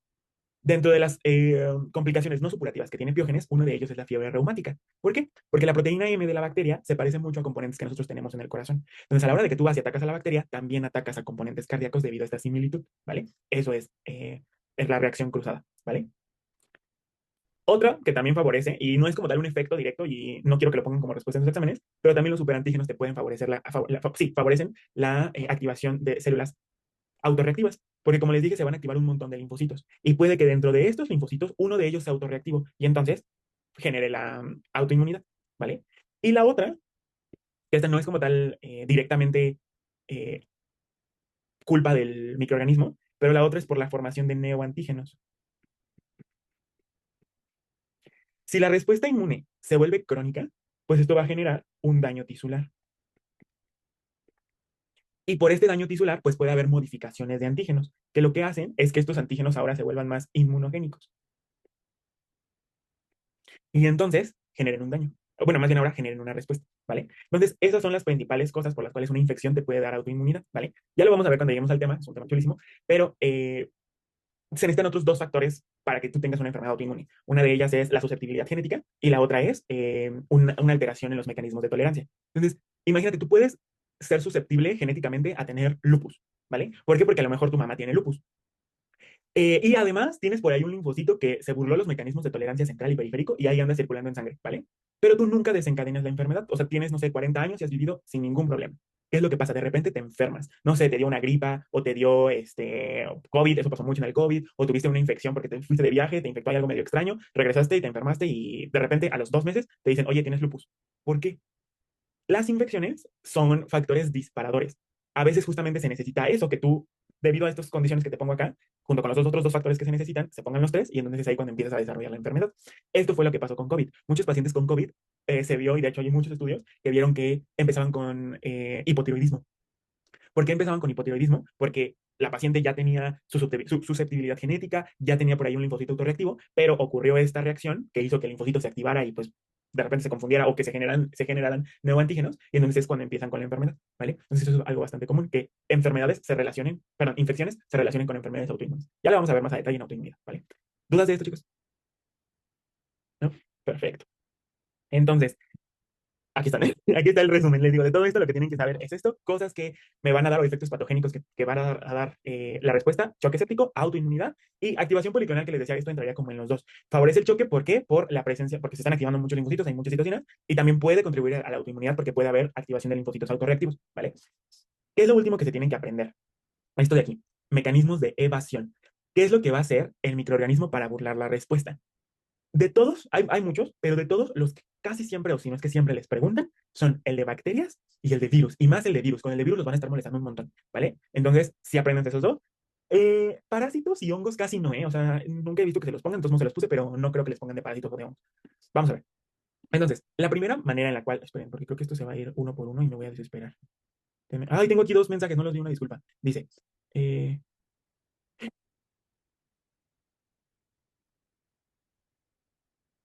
oh, ya me acaban de decir qué onda, por qué me están llamando. Gracias, lo voy a considerar. No invento, no sabía eso. ¿Verdad? Bueno, muchas gracias por el aviso. Creo que sí va uno por una lista ya, entonces va. Variación antigénica. ¿Qué es esto de la variación antigénica? Los microorganismos, chicos, son muy sabios. Ahorita yo aquí te acabo de decir, te acabo de pintar al sistema inmune como el mero mero, el que de verdad a nada se le escapa y tiene todo para cualquier cosa que el microorganismo quiera hacer. Pero cuando se van a micro, ven que el sistema inmune es un tonto y realmente todo lo burlan. Y pues sí, la verdad es que sí pasa. Los microorganismos tienen la capacidad de variar sus antígenos. Eso es variación antigénica. Pero ¿en qué consiste esto? Eh, Imagínate que, vamos a poner aquí un esquemita. Déjenme ver si raya. No, no raya. Denme un segundo. Ahí está. Entonces, imagínate que tú tienes esta bacteria de por acá. Esa bacteria es que te gusta una salmonela. No se ve así la salmonela, yo lo sé, pero imagínate que es una salmonela. Esta salmonela sabe que el antígeno que estimula la respuesta inmune es este antígeno de acá. Bueno, este epítopo de acá, ¿vale? Sabe que este componente que tiene en su membrana es lo que está estimulando al sistema inmune, ¿vale? Entonces, ¿qué dice? Va, yo identifiqué que en esta población de mexicanos, esta es la bacteria que más hace que se active su Doctor, respuesta. ¿Sí? ¿Alguien? creo que no se está viendo. ¿No se está viendo? ¿Ya se ve?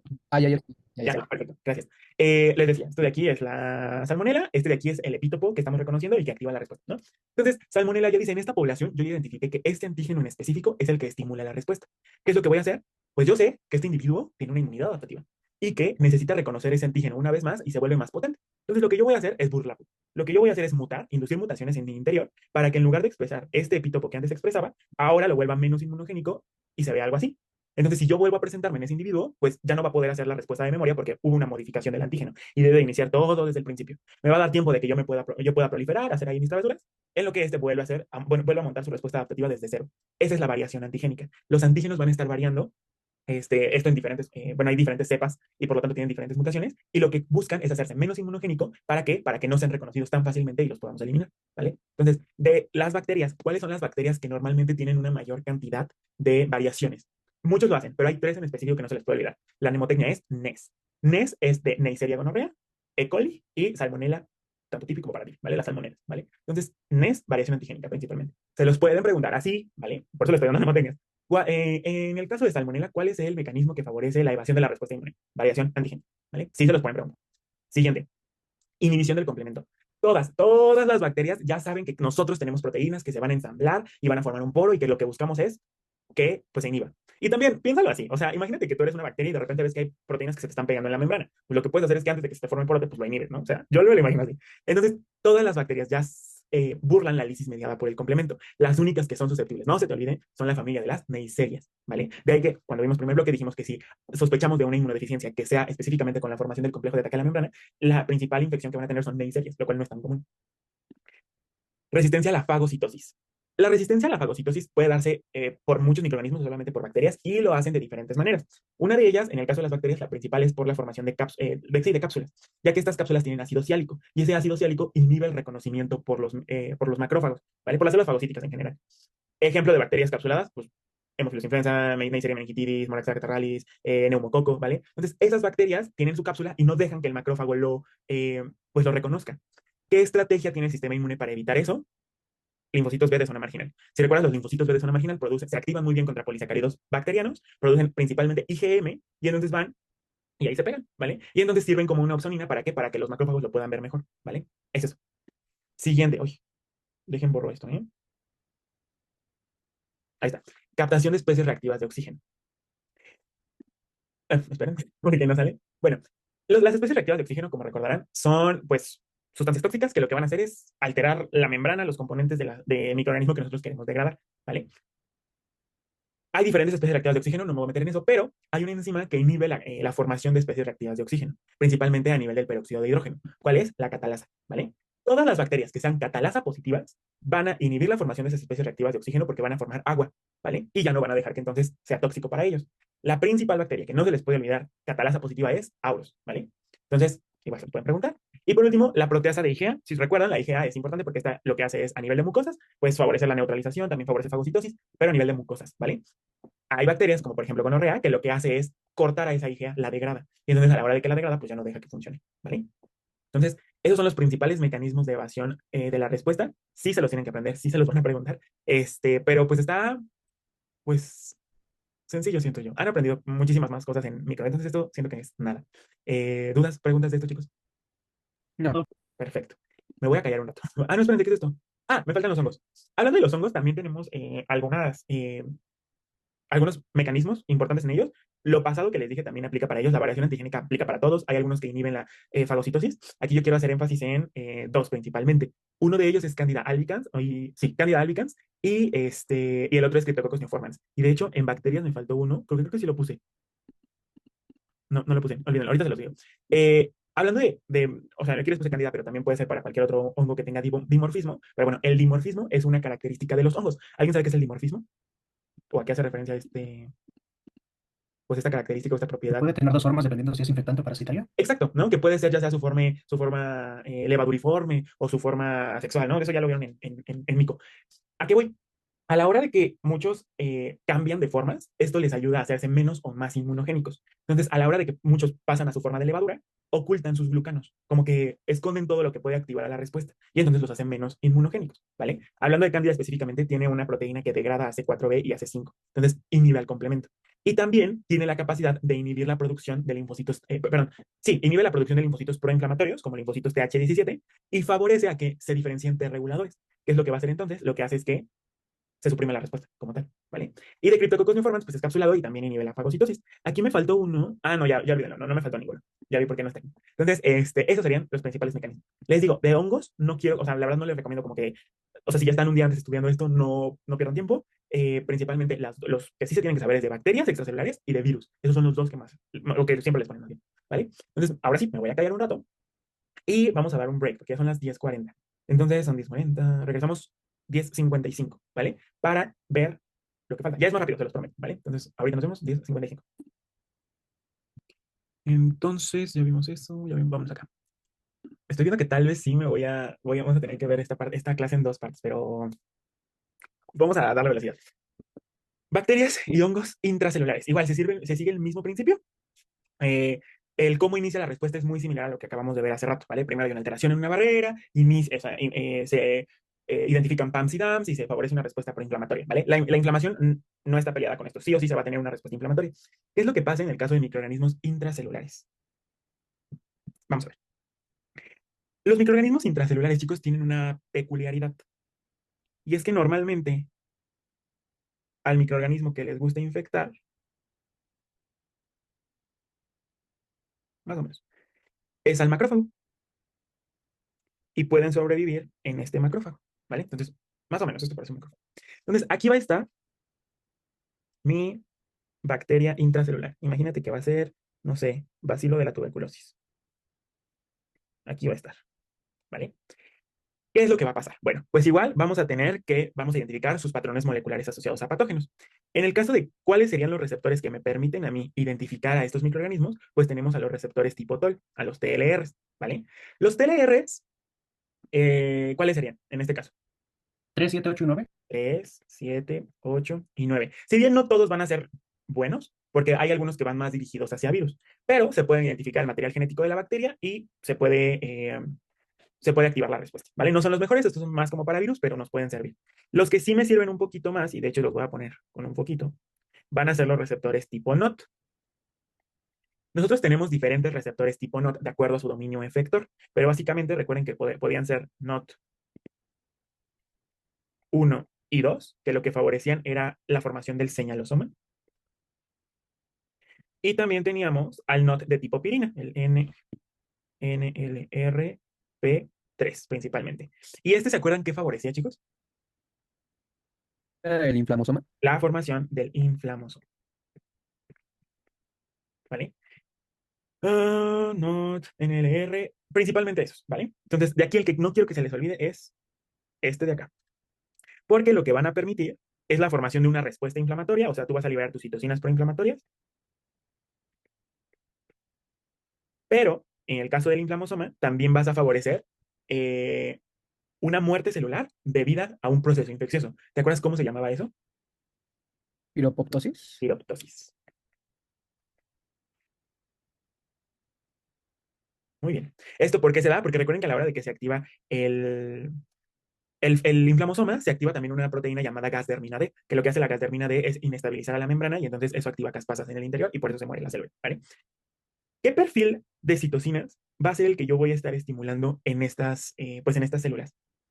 Voy a favorecer la producción de interleucina 12, citocinas proinflamatorias, como ya lo sabes, y esta interleucina 12, si tú recuerdas, tiene una función. ¿Cuál es la función de la interleucina 12, chicos? Era la diferenciación a TH1. Muy bien. ¿Y otra?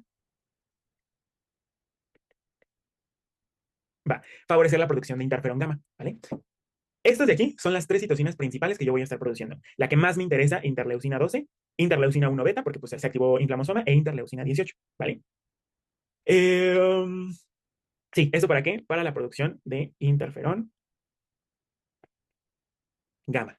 Pero ¿cómo le voy a hacer para producir interferón gamma en un primer estadio? Esta interleucina 12 tiene la capacidad de diferenciar a unas células de la respuesta inmune innata.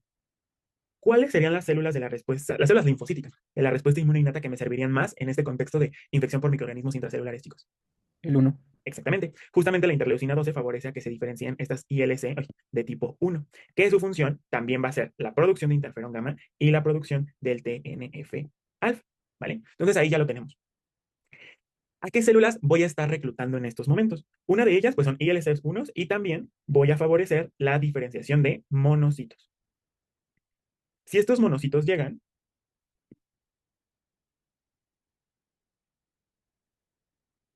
a la hora de que sean estimulados por el interferón gamma, ¿qué tipo de monocito yo voy a diferenciar, chicos? Bueno, ¿qué tipo de macrófago? Perdón, voy a diferenciar. El M1. Exactamente. Entonces, voy a diferenciar macrófagos M1. ¿Vale? ¿Para qué? Para favorecer la fagocitosis. ¿Por qué yo quiero fagocitosis? Te preguntarás. Bueno, aquí tú tienes a estas células, bueno, estos microorganismos normalmente van a estar viviendo aquí en una vesícula. Si tú a este macrófago, que es donde están viviendo, lo activas gracias al interferón gamma, esto lo que va a hacer, como sabes, es que se expresen dos enzimas. Una es la NADPH oxidasa y la otra es la óxido nítrico sintasa inducible. ¿Esto gracias a qué? Al interferón gamma que yo voy a estar produciendo, ¿vale? Y que recuerda, se produce gracias al estímulo de la interleucina 12. No se te olvide. Entonces, este interferón gamma llega al macrófago, estimula la expresión de estas dos enzimas y entonces favorece la producción de especies reactivas tanto de oxígeno como de nitrógeno para degradar a estos patógenos. Ese es el objetivo que yo quiero en el caso de estos microorganismos, ¿vale? Favorecer la fagocitosis. Entonces, en el contexto de una respuesta inmune mediada, bueno, una respuesta inmune innata hacia microorganismos intracelulares, ¿qué es lo que yo voy a tener? Primero, perfil de citocinas, voy a favorecer la producción de interleucina 12, interleucina 1 beta e interleucina 18 y también la producción de interferón gamma, ¿vale? Y de hecho creo que lo estoy escribiendo al revés, una disculpa. Interferón, se escribe así. Ahí está. Interferón gamma. ¿Qué más? Ya tienes tu interferón. Ese interferón, a la hora de que yo estimulo la respuesta adaptativa, también va a tener un papel importante. ¿Por qué? Porque a la hora de que yo activo a mi linfocito, ¿cuál sería el factor de transcripción que yo voy a favorecer si a esta célula la estimulo con interleucina 12, interleucina 18 y la producción de interferón gamma que ya me están haciendo mis células linfocíticas innatas de tipo 1? ¿Cuál va a ser el factor de transcripción? Tibet. Tibet, exactamente. Y entonces esto va a favorecer a que se diferencie qué perfil de linfocitos, chicos. TH1. TH1.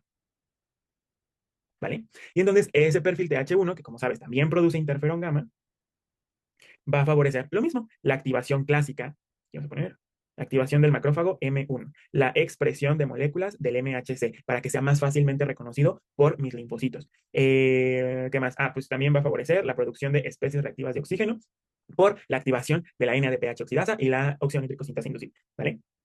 Y ya, eso es básicamente lo que queremos. Otra cosa que va a hacer el interferón gamma es a la hora de diferenciar linfocitos B.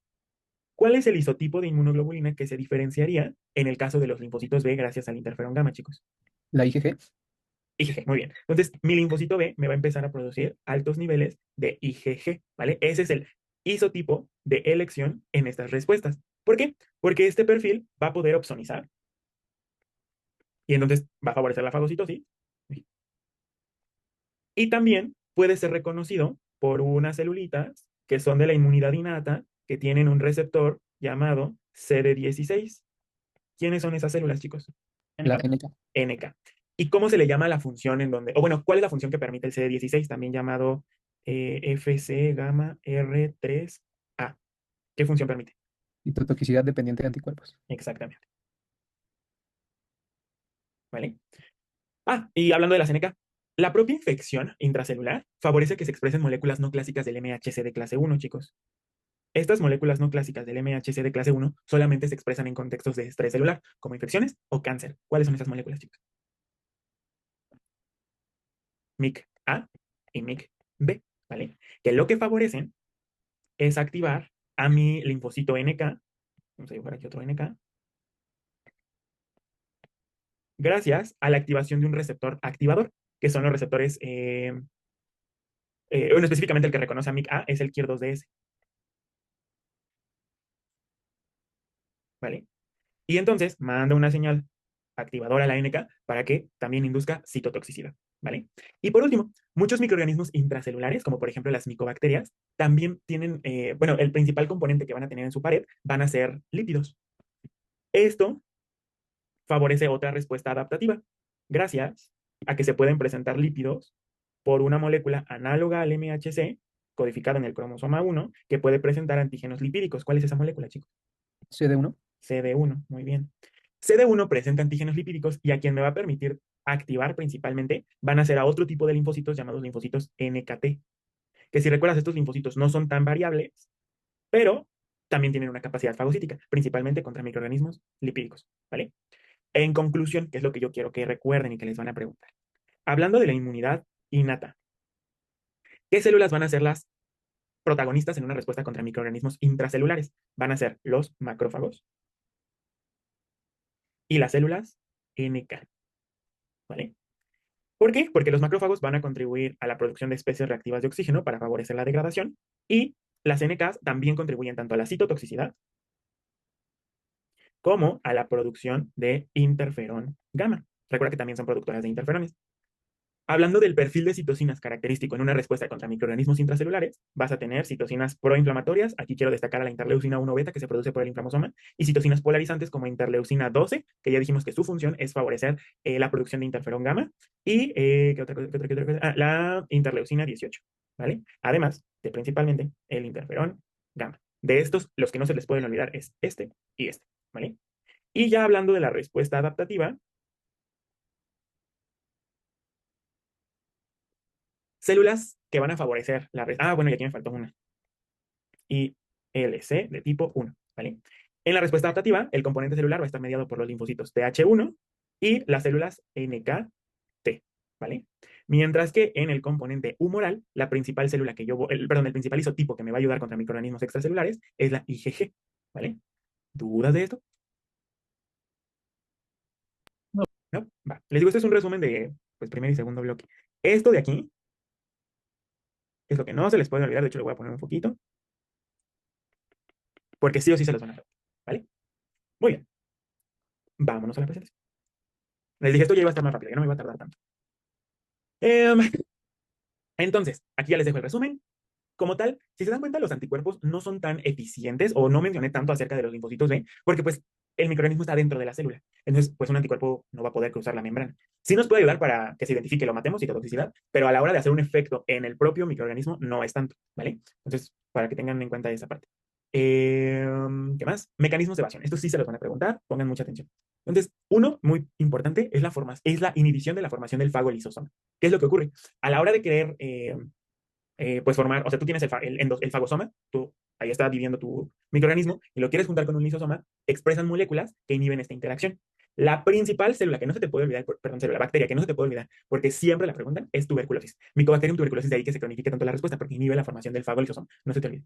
Y la otra es por la formación es inhibiendo la formación de especies reactivas de oxígeno. Esto porque en el caso de Mycobacterium leprae, porque tienen un glucolípido llamado glucolípido fenólico que inhibe a estas especies reactivas, ¿vale?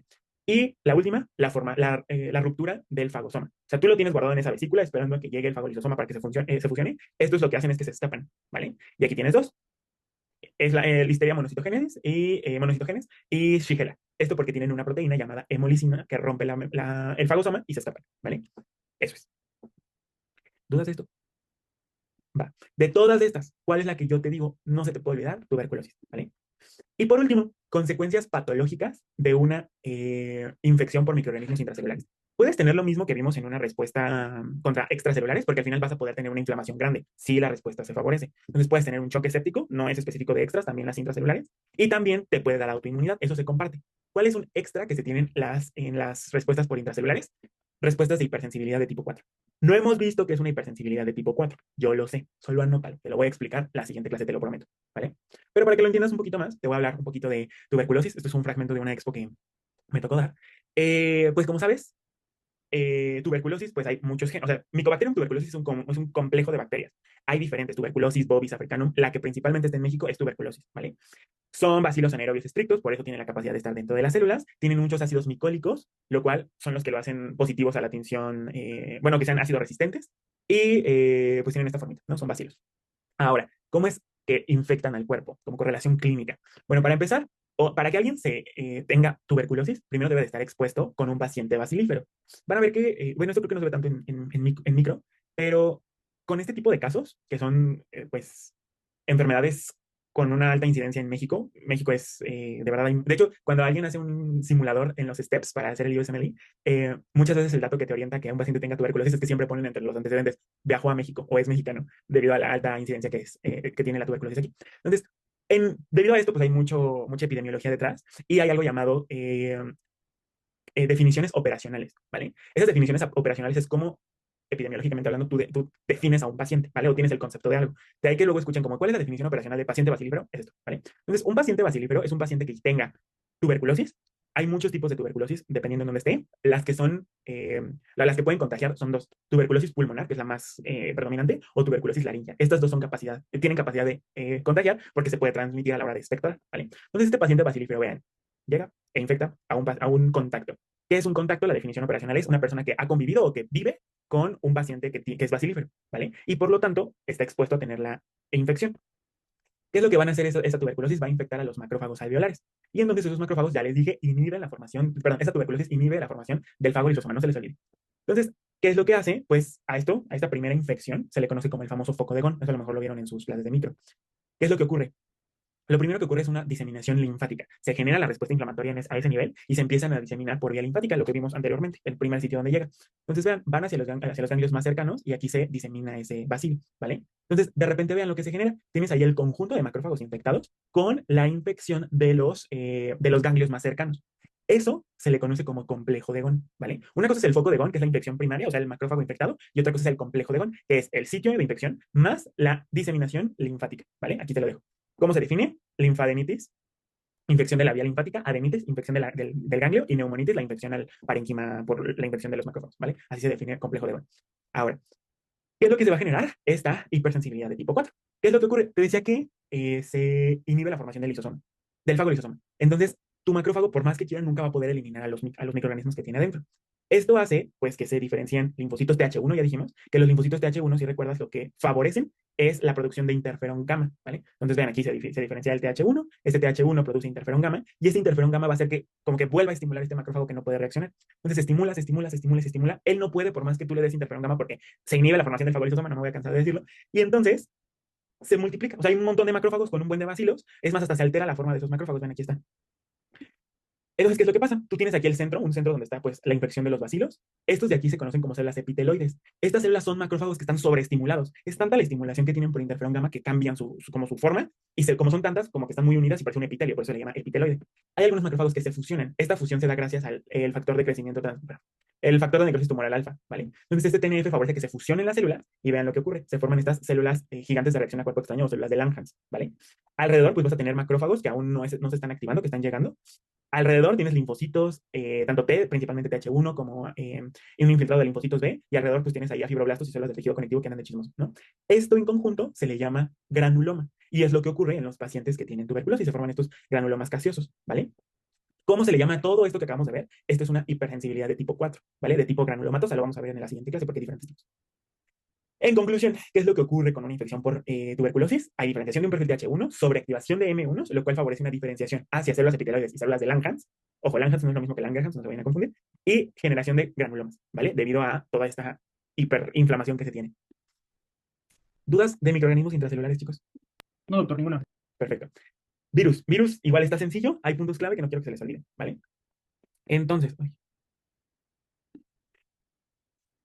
Doctor, ujú, ¿ya no veremos mecanismos de evasión de hongos intracelulares? ¿no les di? Ah, no. No se preocupen. ¿No? Ah, pues ya les di uno que fue Cryptococcus neoformans. Pero no, no se preocupen. Eh, Inmunidad contra virus. Este sí es preguntable. Y de esto sí quiero que sepan todos los mecanismos de evasión habidos y por haber. La clave está en que el VIH puede hacer lo que gustes. Es un virus muy inteligente. Vamos a ver. Entonces, ¿qué pasa con los virus, chicos? Tú tienes aquí una célula.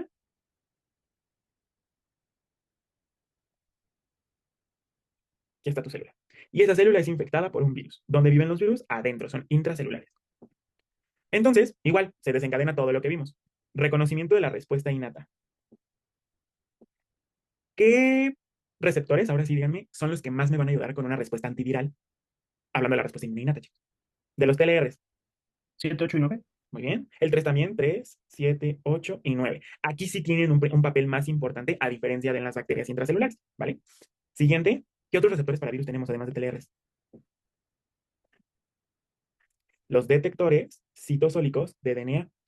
Recuerda que los detectores citosólicos de DNA, pues, se clasifican en dos: los dependientes a la vía Sting y los independientes a la vía Sting, que son dos, que es la RNA polimerasa de tipo 3, y además tenemos a IM2, ¿vale? Esos son los detectores citosólicos de DNA. ¿Qué es lo que van a hacer estos receptores? Ah, bueno, y también a los tipos RIG, ¿cómo no? RLR, ¿vale? Y aquí principalmente tenemos a RIG3, ¿vale? Entonces, Estos receptores reconocen material genético, que es lo que va a ser lo más inmunogénico en los virus, y favorecen un estado antiviral.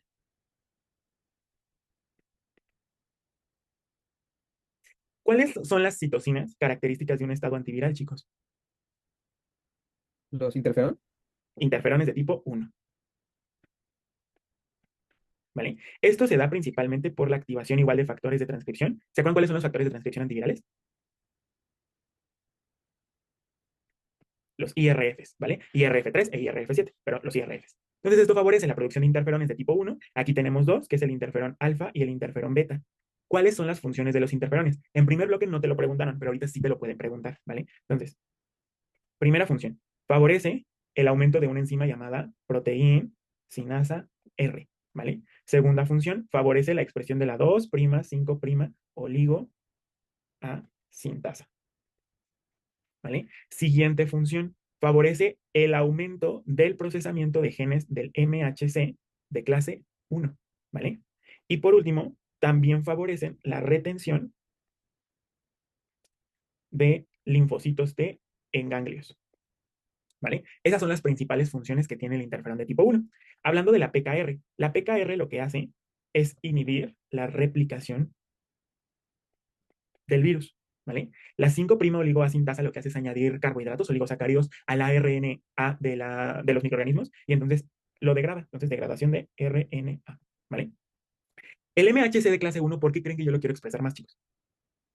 Para que lo pueda reconocer una célula citotóxica.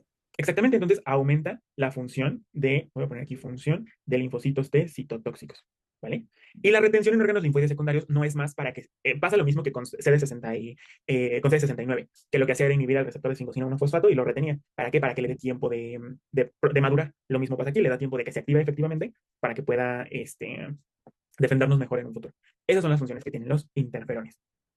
Hablando de la inmunidad innata, ¿qué células son las que más me van a ayudar para esto? Bueno, una de ellas son las células dendríticas plasmocitoides. Las células dendríticas plasmocitoides se llaman así, recuerda, porque viven principalmente en la plasma, en el plasma, en la sangre. Y tienen niveles aumentados de TLR9. Por lo tanto, cuando se activan, son la principal fuente de interferón gamma, perdón, de interferones de tipo 1, alfa y beta, en la respuesta antiviral. Pregunta de examen. ¿Qué células son la principal fuente de interferones en la respuesta antiviral? Los linfocitos, las células dendríticas plasmocitoides, ¿vale? Principal fuente de interferones de tipo 1. No se te vaya a olvidar, ¿vale? Siguiente, células NK. ¿Por qué las células NK me ayudan contra una respuesta contra virus? Uno de los mecanismos de evasión que ahorita vamos a ver que tienen los virus es inhibir la expresión de moléculas del MHC. ¿Por qué? Porque si dejan de expresar el MHC, las T citotóxicas no van a poder trabajar porque no tienen antígeno que reconocer. Pero esto, acuérdense que es de las cosas que más le enoja a las células NK. Porque si una célula NK no reconoce el MHC, a esto se le llama missing self y eso favorece la activación, ¿vale? Entonces las NK me van a ayudar favoreciendo la citotoxicidad, la muerte de células infectadas. Principalmente, ¿por qué? Porque la célula va a dejar de expresar, vamos a poner aquí, si disminuye la expresión del MHC de clase 1, ¿vale? Esa es la clave. ¿Dudas de esto? ¿No? Y No. también porque van a favorecer la secreción de interferón gamma. Interferón gamma eso lo producen como tal las NKs. Ahorita vamos a ver por qué también queremos interferón gamma. Ya, eso en cuestión de inmunidad innata. Vamos ahora con la inmunidad adaptativa. Para empezar, para que nosotros podamos estimular una respuesta antiviral por parte de la respuesta adaptativa, necesitamos que esta célula dendrítica que va a presentar el antígeno. Ay, no, quedó feo de acá. Ahí está, más o menos. Esta es mi célula dendrítica. Esta célula dendrítica sí o sí debe de hacer presentación cruzada. ¿Qué era la presentación cruzada, chicos? Una cosa es reacción cruzada y otra es presentación cruzada. No se me vayan a confundir, ¿eh? ¿Qué era la presentación cruzada? Era cuando podías, bueno, si el antígeno lo fagocitabas y podías expresarlo por las dos vías, la endógena o la exógena. Exacto, ¿no? O sea, tú agarras ya sea a una célula infectada, algún componente del virus, lo que sea, y lo fagocitas, lo guardas en una vesícula. Y ya que lo tienes aquí, se puede escapar para que pase al citosol y entonces expresar moléculas del MHC de clase 1 o expresar moléculas del MHC de clase 2, ¿vale? Entonces eso es lo que yo necesito. ¿Por qué? La principal ventaja que tiene la presentación cruzada es que me va a permitir a mí diferenciar a un linfocito T citotóxico. Aquí va a estar ese CD8. Y al mismo tiempo me va a favorecer diferenciar un linfocito T CD4, principalmente va a ser folicular, acuérdense, pero contra el mismo antígeno. Esto que favorece, este linfocito TSD4 que va a ser principalmente folicular, recuerden que lo que va a hacer es favorecer la producción de interleucina 21, ¿vale? Y también va a expresar CD40 ligando que se va a unir a CD40. ¿Y qué favorece la expresión de la unión de CD40 ligando a CD40 en la célula presentadora de antígeno? Aumenta la coestimulación. Aumenta la coestimulación, entonces va a aumentar mayor cantidad de B7, ¿vale? Entonces esto es gracias a la unión de CD40. Y si se une B7, entonces esto se va a unir a ¿qué molécula? CD28. CD28 y favorece la coestimulación, ¿vale? Además de que esta célula dendrítica va a secretar, ya dijimos, interferón gamma, va a diferenciar interleucina 12, que va a favorecer la diferenciación de esta célula. ¿Cuál sería el factor de transcripción que me expresaría en estas células, chicos? EOMES, eomesodermina, y además también son TIBET positivas. ¿Esto para qué? Para diferenciar a un linfocito T citotóxico, ¿vale? ¿Cómo se le llama a todo este proceso que les acabo de recordar, en donde tú tienes un aumento de coestimulación inducida por el CD4 y la producción de interleucina 12 por parte de interleucina 21 por parte del CD4? Esta es la famosa concesión de licencia, ¿vale? Entonces, ya, eso es lo que se necesita, el por qué tú necesitas una presentación cruzada para diferenciar un tecito tóxico. Y esta va a ser mi célula importante, porque esta célula va a ir con la célula infectada. Bueno, no, aquí ya la tengo diferente. Ay, me gustó este dibujo, ¿eh? Entonces, esta célula que está infectada, si expresa sus MHCs, aquí estaría el MHC de clase 1, expresando ahora proteínas del virus. Entonces, el tecito tóxico va a venir para acá y va a ver que esos antígenos son antígenos extraños, son los mismos que lo activaron, y entonces va a desencadenar sus mecanismos contra esa célula, ¿vale? ¿Cuáles son los mecanismos por los cuales se inducen apoptosis? Pues recuerda que puede ser por ligando, gracias a la expresión de Fas ligando, o por la expresión de gránulos como granzimas y perforina. O sea, en conclusión, va a favorecer la apoptosis. Este es un mega repaso de primer y segundo bloque, les dije. ¿Qué más va a pasar? Hablando de los linfocitos B, como tal, los anticuerpos no tienen un efecto, bueno, no relevante, sino como un efecto pesado, no sé cómo decirlo, en la respuesta contra virus, porque viven dentro de las células, entonces, pues no se va a poder tanto. Pero, ¿qué es lo que va a pasar? Como ya habíamos visto, tanto las células NK, oye, está muy grueso el pincel, ya. Tanto las células NK como los T citotóxicos pueden producir interferón gamma. Y entonces este interferón gamma, ¿qué isotipo me va a diferenciar, chicos? Macrófago M1. Isotipo de inmunoglobulina. IG, IgG. IgG. Muy bien.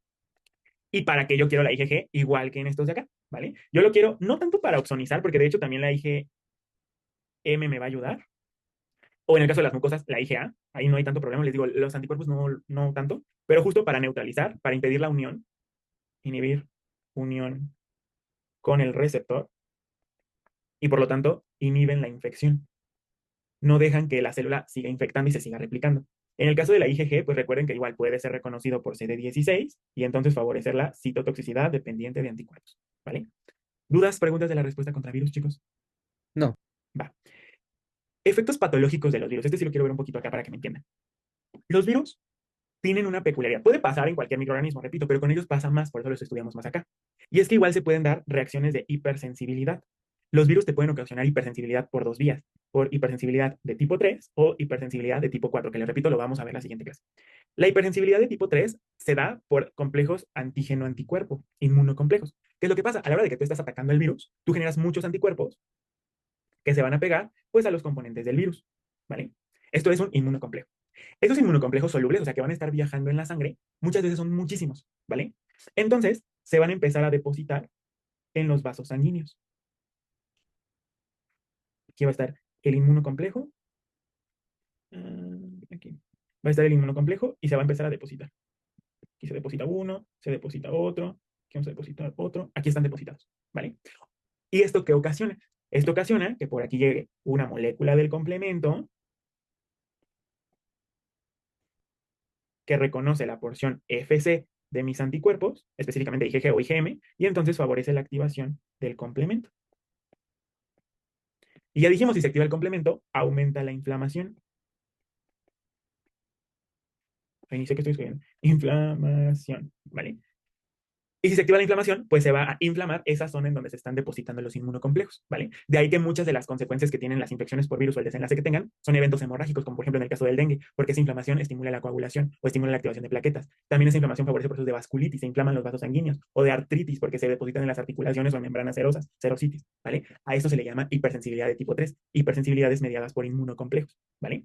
En el caso de la hipersensibilidad de tipo 4, esta es, o la definición de hipersensibilidad de tipo 4, es una hipersensibilidad mediada por linfocitos T, ¿vale? La que vimos, por ejemplo, en microorganismos intracelulares era tipo 4 porque los linfocitos T sobreactivaban a los macrófagos. Eso se llama hipersensibilidad de tipo 4 granulomatosa.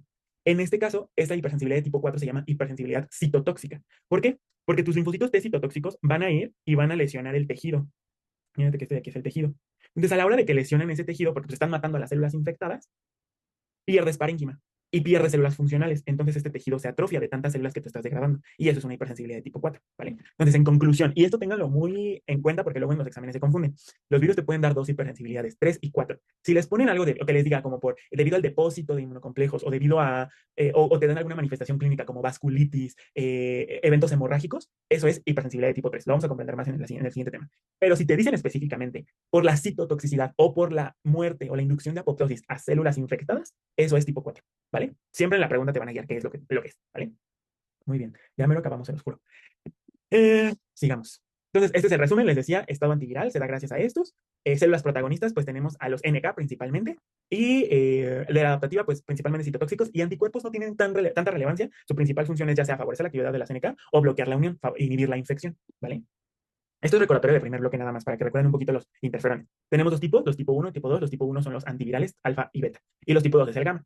Hablando de qué efecto tienen los microorganismos antivirales, perdón, las citoquinas antivirales. Una vez que llega el interferón a la célula, va a estimular que esa célula, por vía JAK-STAT, acuérdense que así funciona la vía JAK-STAT, se empiecen a sintetizar cosas o se expresen cosas. Dentro de esto, el aumento de la PKR, te decía, la PKR lo que va a hacer es inhibir a este factor de elongación llamado ELF2-alfa.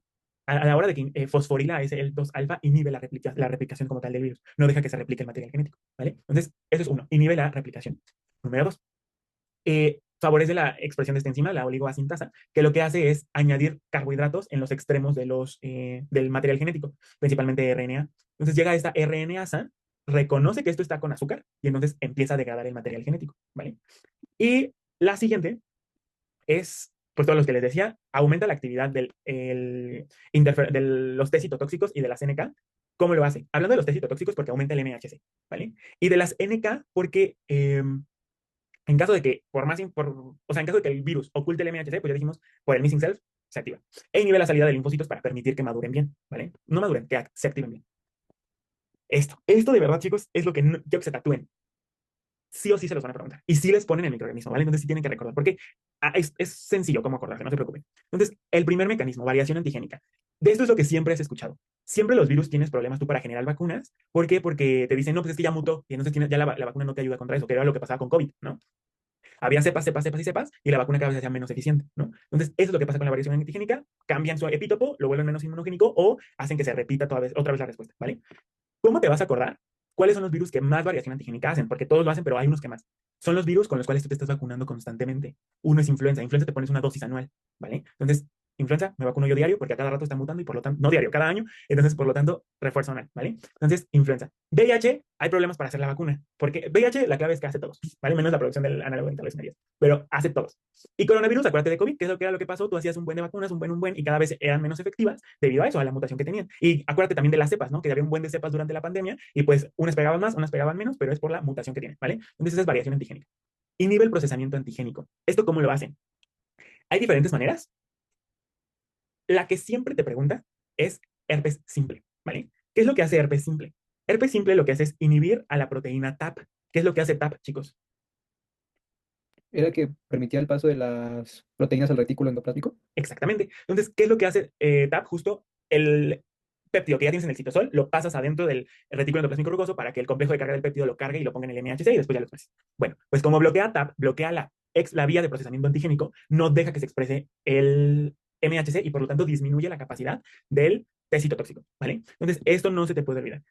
¿Cómo va a funcionar alguien que inhibe o que bloquea la actividad de los test citotóxicos, inhibiendo el procesamiento antigénico específicamente por herpes, porque inhibe a TAP, inhibe el paso de antígenos del citosol al retículo endoplasmático rugoso. Citomegalovirus también lo inhibe, no necesariamente por TAP, lo hace por otras vías, y VIH lo hace por un montonal de vías que vamos a ver en el tema de inmunodeficiencias, ¿vale? Infecciones de células inmunitarias. Este es bien fácil. ¿Por qué? Porque básicamente son qué virus infectan a células de la inmunidad, ¿vale? Y si infectan a las células de la inmunidad, no van a dejar que funcionen, entonces mata a los soldados que te van a defender y también hace que otros soldados maten a esos soldados, porque acuérdate que lo que hacen los test citotóxicos es matar a las células infectadas, pero sorpresa, la célula infectada es un linfocito B o es un linfocito T, entonces de ahí. Dos ejemplos, VIH, el más característico, porque acuérdate que VIH tiene la capacidad de infectar a macrófagos y a linfocitos TCD4, ¿vale? Y virus de Epstein-Barr, principalmente favorece la infección de linfocitos B, porque recuerden que un correceptor para su infección es el CR2 o el CD21. Entonces, pues por eso infecta linfocitos B, porque es parte del BCR, ¿vale? Inhibición de la inmunidad innata. Esto lo va a hacer debido a los efectos que tenga sobre las funciones que tiene el interferón. Ya dijimos que una función que tiene el interferón es favorecer la actividad de la proteína sinasa R. ¿Quién inhibe la proteína sinasa R? VIH, virus de la hepatitis C y virus de la polio, ¿vale? Esos tres.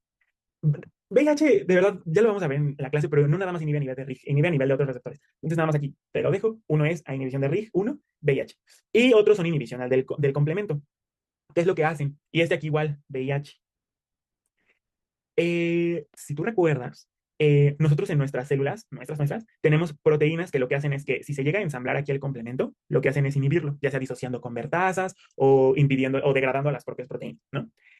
El VIH, para inhibir la lisis mediada por el complemento, pregunta de examen, te lo voy a repetir de todos modos en VIH, pero no quiero que se te olvide.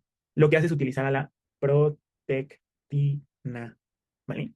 La protectina lo que hace es un disociador de convertasas. Entonces, el virus aprovecha que la célula que está infectando, que es un linfocito, se expresa la protectina. Entonces, cuando el complemento quiere ir y ensamblarse, la protectina le dice, no, aquí no te ensambles porque yo soy una célula propia. Tengo un virus adentro, pero no me puedes matar porque soy propio, ¿vale? Entonces, eso es lo que hace el VIH. Y esta que también la preguntan un montón, producción de un análogo de interleucina 10. ¿Cuál es la función de interleucina 10, chicos? Es antiinflamatorio. Antiinflamatoria. Entonces, Epstein-Barr lo que hace son dos cosas. Uno, favorece la proliferación de linfocitos, porque tiene coestimuladores de la familia SLAM, que eso lo vimos en bloque 2. Dos, favorecer la producción de interleucina 10, por lo tanto, disminuye la respuesta. Y tres, infecta linfocitos, ¿vale? Esos son los tres mecanismos que tiene. De ahí que también Epstein-Barr esté relacionado con neoplasias por la inducción de proliferación de linfocitos. Y ya, ¿vale? Sí o sí te lo van a preguntar. Cada uno tiene una bien característica, es bien fácil. Variación antigénica, influencia de coronavirus. ¿Te acuerdas fácil? Y nivel de procesamiento antigénico, herpes. Herpes siempre lo preguntan. Citomegalovirus, pues acuérdate porque pues, puede que lo cambien en alguna versión. Esto es bien fácil, VIH y Epstein-Barr, pues ya sabes que infectan a linfocitos. E inhibición de la inmunidad, no creo que lo pregunten la verdad, para serte sincero. Y producción de un análogo de interleucina 10, este siempre lo preguntan también, ¿eh? Entonces, ojo con eso. Y por último, los efectos patogénicos que tiene la infección por virus. Uno de ellos es la lesión tisular. Ya te decía, lo que hacen es que los test citotóxicos van y matan a las células infectadas, pero a la hora de que te matan células infectadas, pues te matan células propias. Entonces, el órgano se atrofia. Eso es una hipersensibilidad de tipo 4 de tipo citotóxica. Y la hipersensibilidad de tipo 3 se da por la acumulación de estos inmunocomplejos en los vasos sanguíneos, que ¿qué es lo que te causan? Vasculitis, eventos hemorrágicos y... ¿Qué me vas?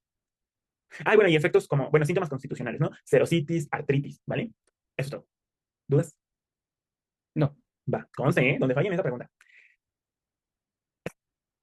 Yo creo que ya le voy a dejar aquí. Ya, la verdad lo intenté terminar, pero les dije este tema, uno, les quiero dar mucha correlación clínica porque de verdad o sea, se presta para eso y quiero que aprendan para la vida, pero pues no se puede. Entonces vamos a dejarle aquí. Antes de iniciar la siguiente clase, que es hipersensibilidades, pues, o si no se los grabo con vacunas. Sí, mejor se los pongo en el tema de vacunas, cuando les suene la grabación, porque también hipersensibilidades es un tema largo. Entonces, aquí le dejamos, chicos, dudas, preguntas, algo que no les haya quedado claro, alguna duda que les haya surgido, ¿no? Va. Bueno, pues si no hay dudas, chicos, eso fue todo por la clase de hoy. Nos vemos el siguiente sábado para iniciar el tema de hipersensibilidades, ¿vale? Nos vemos.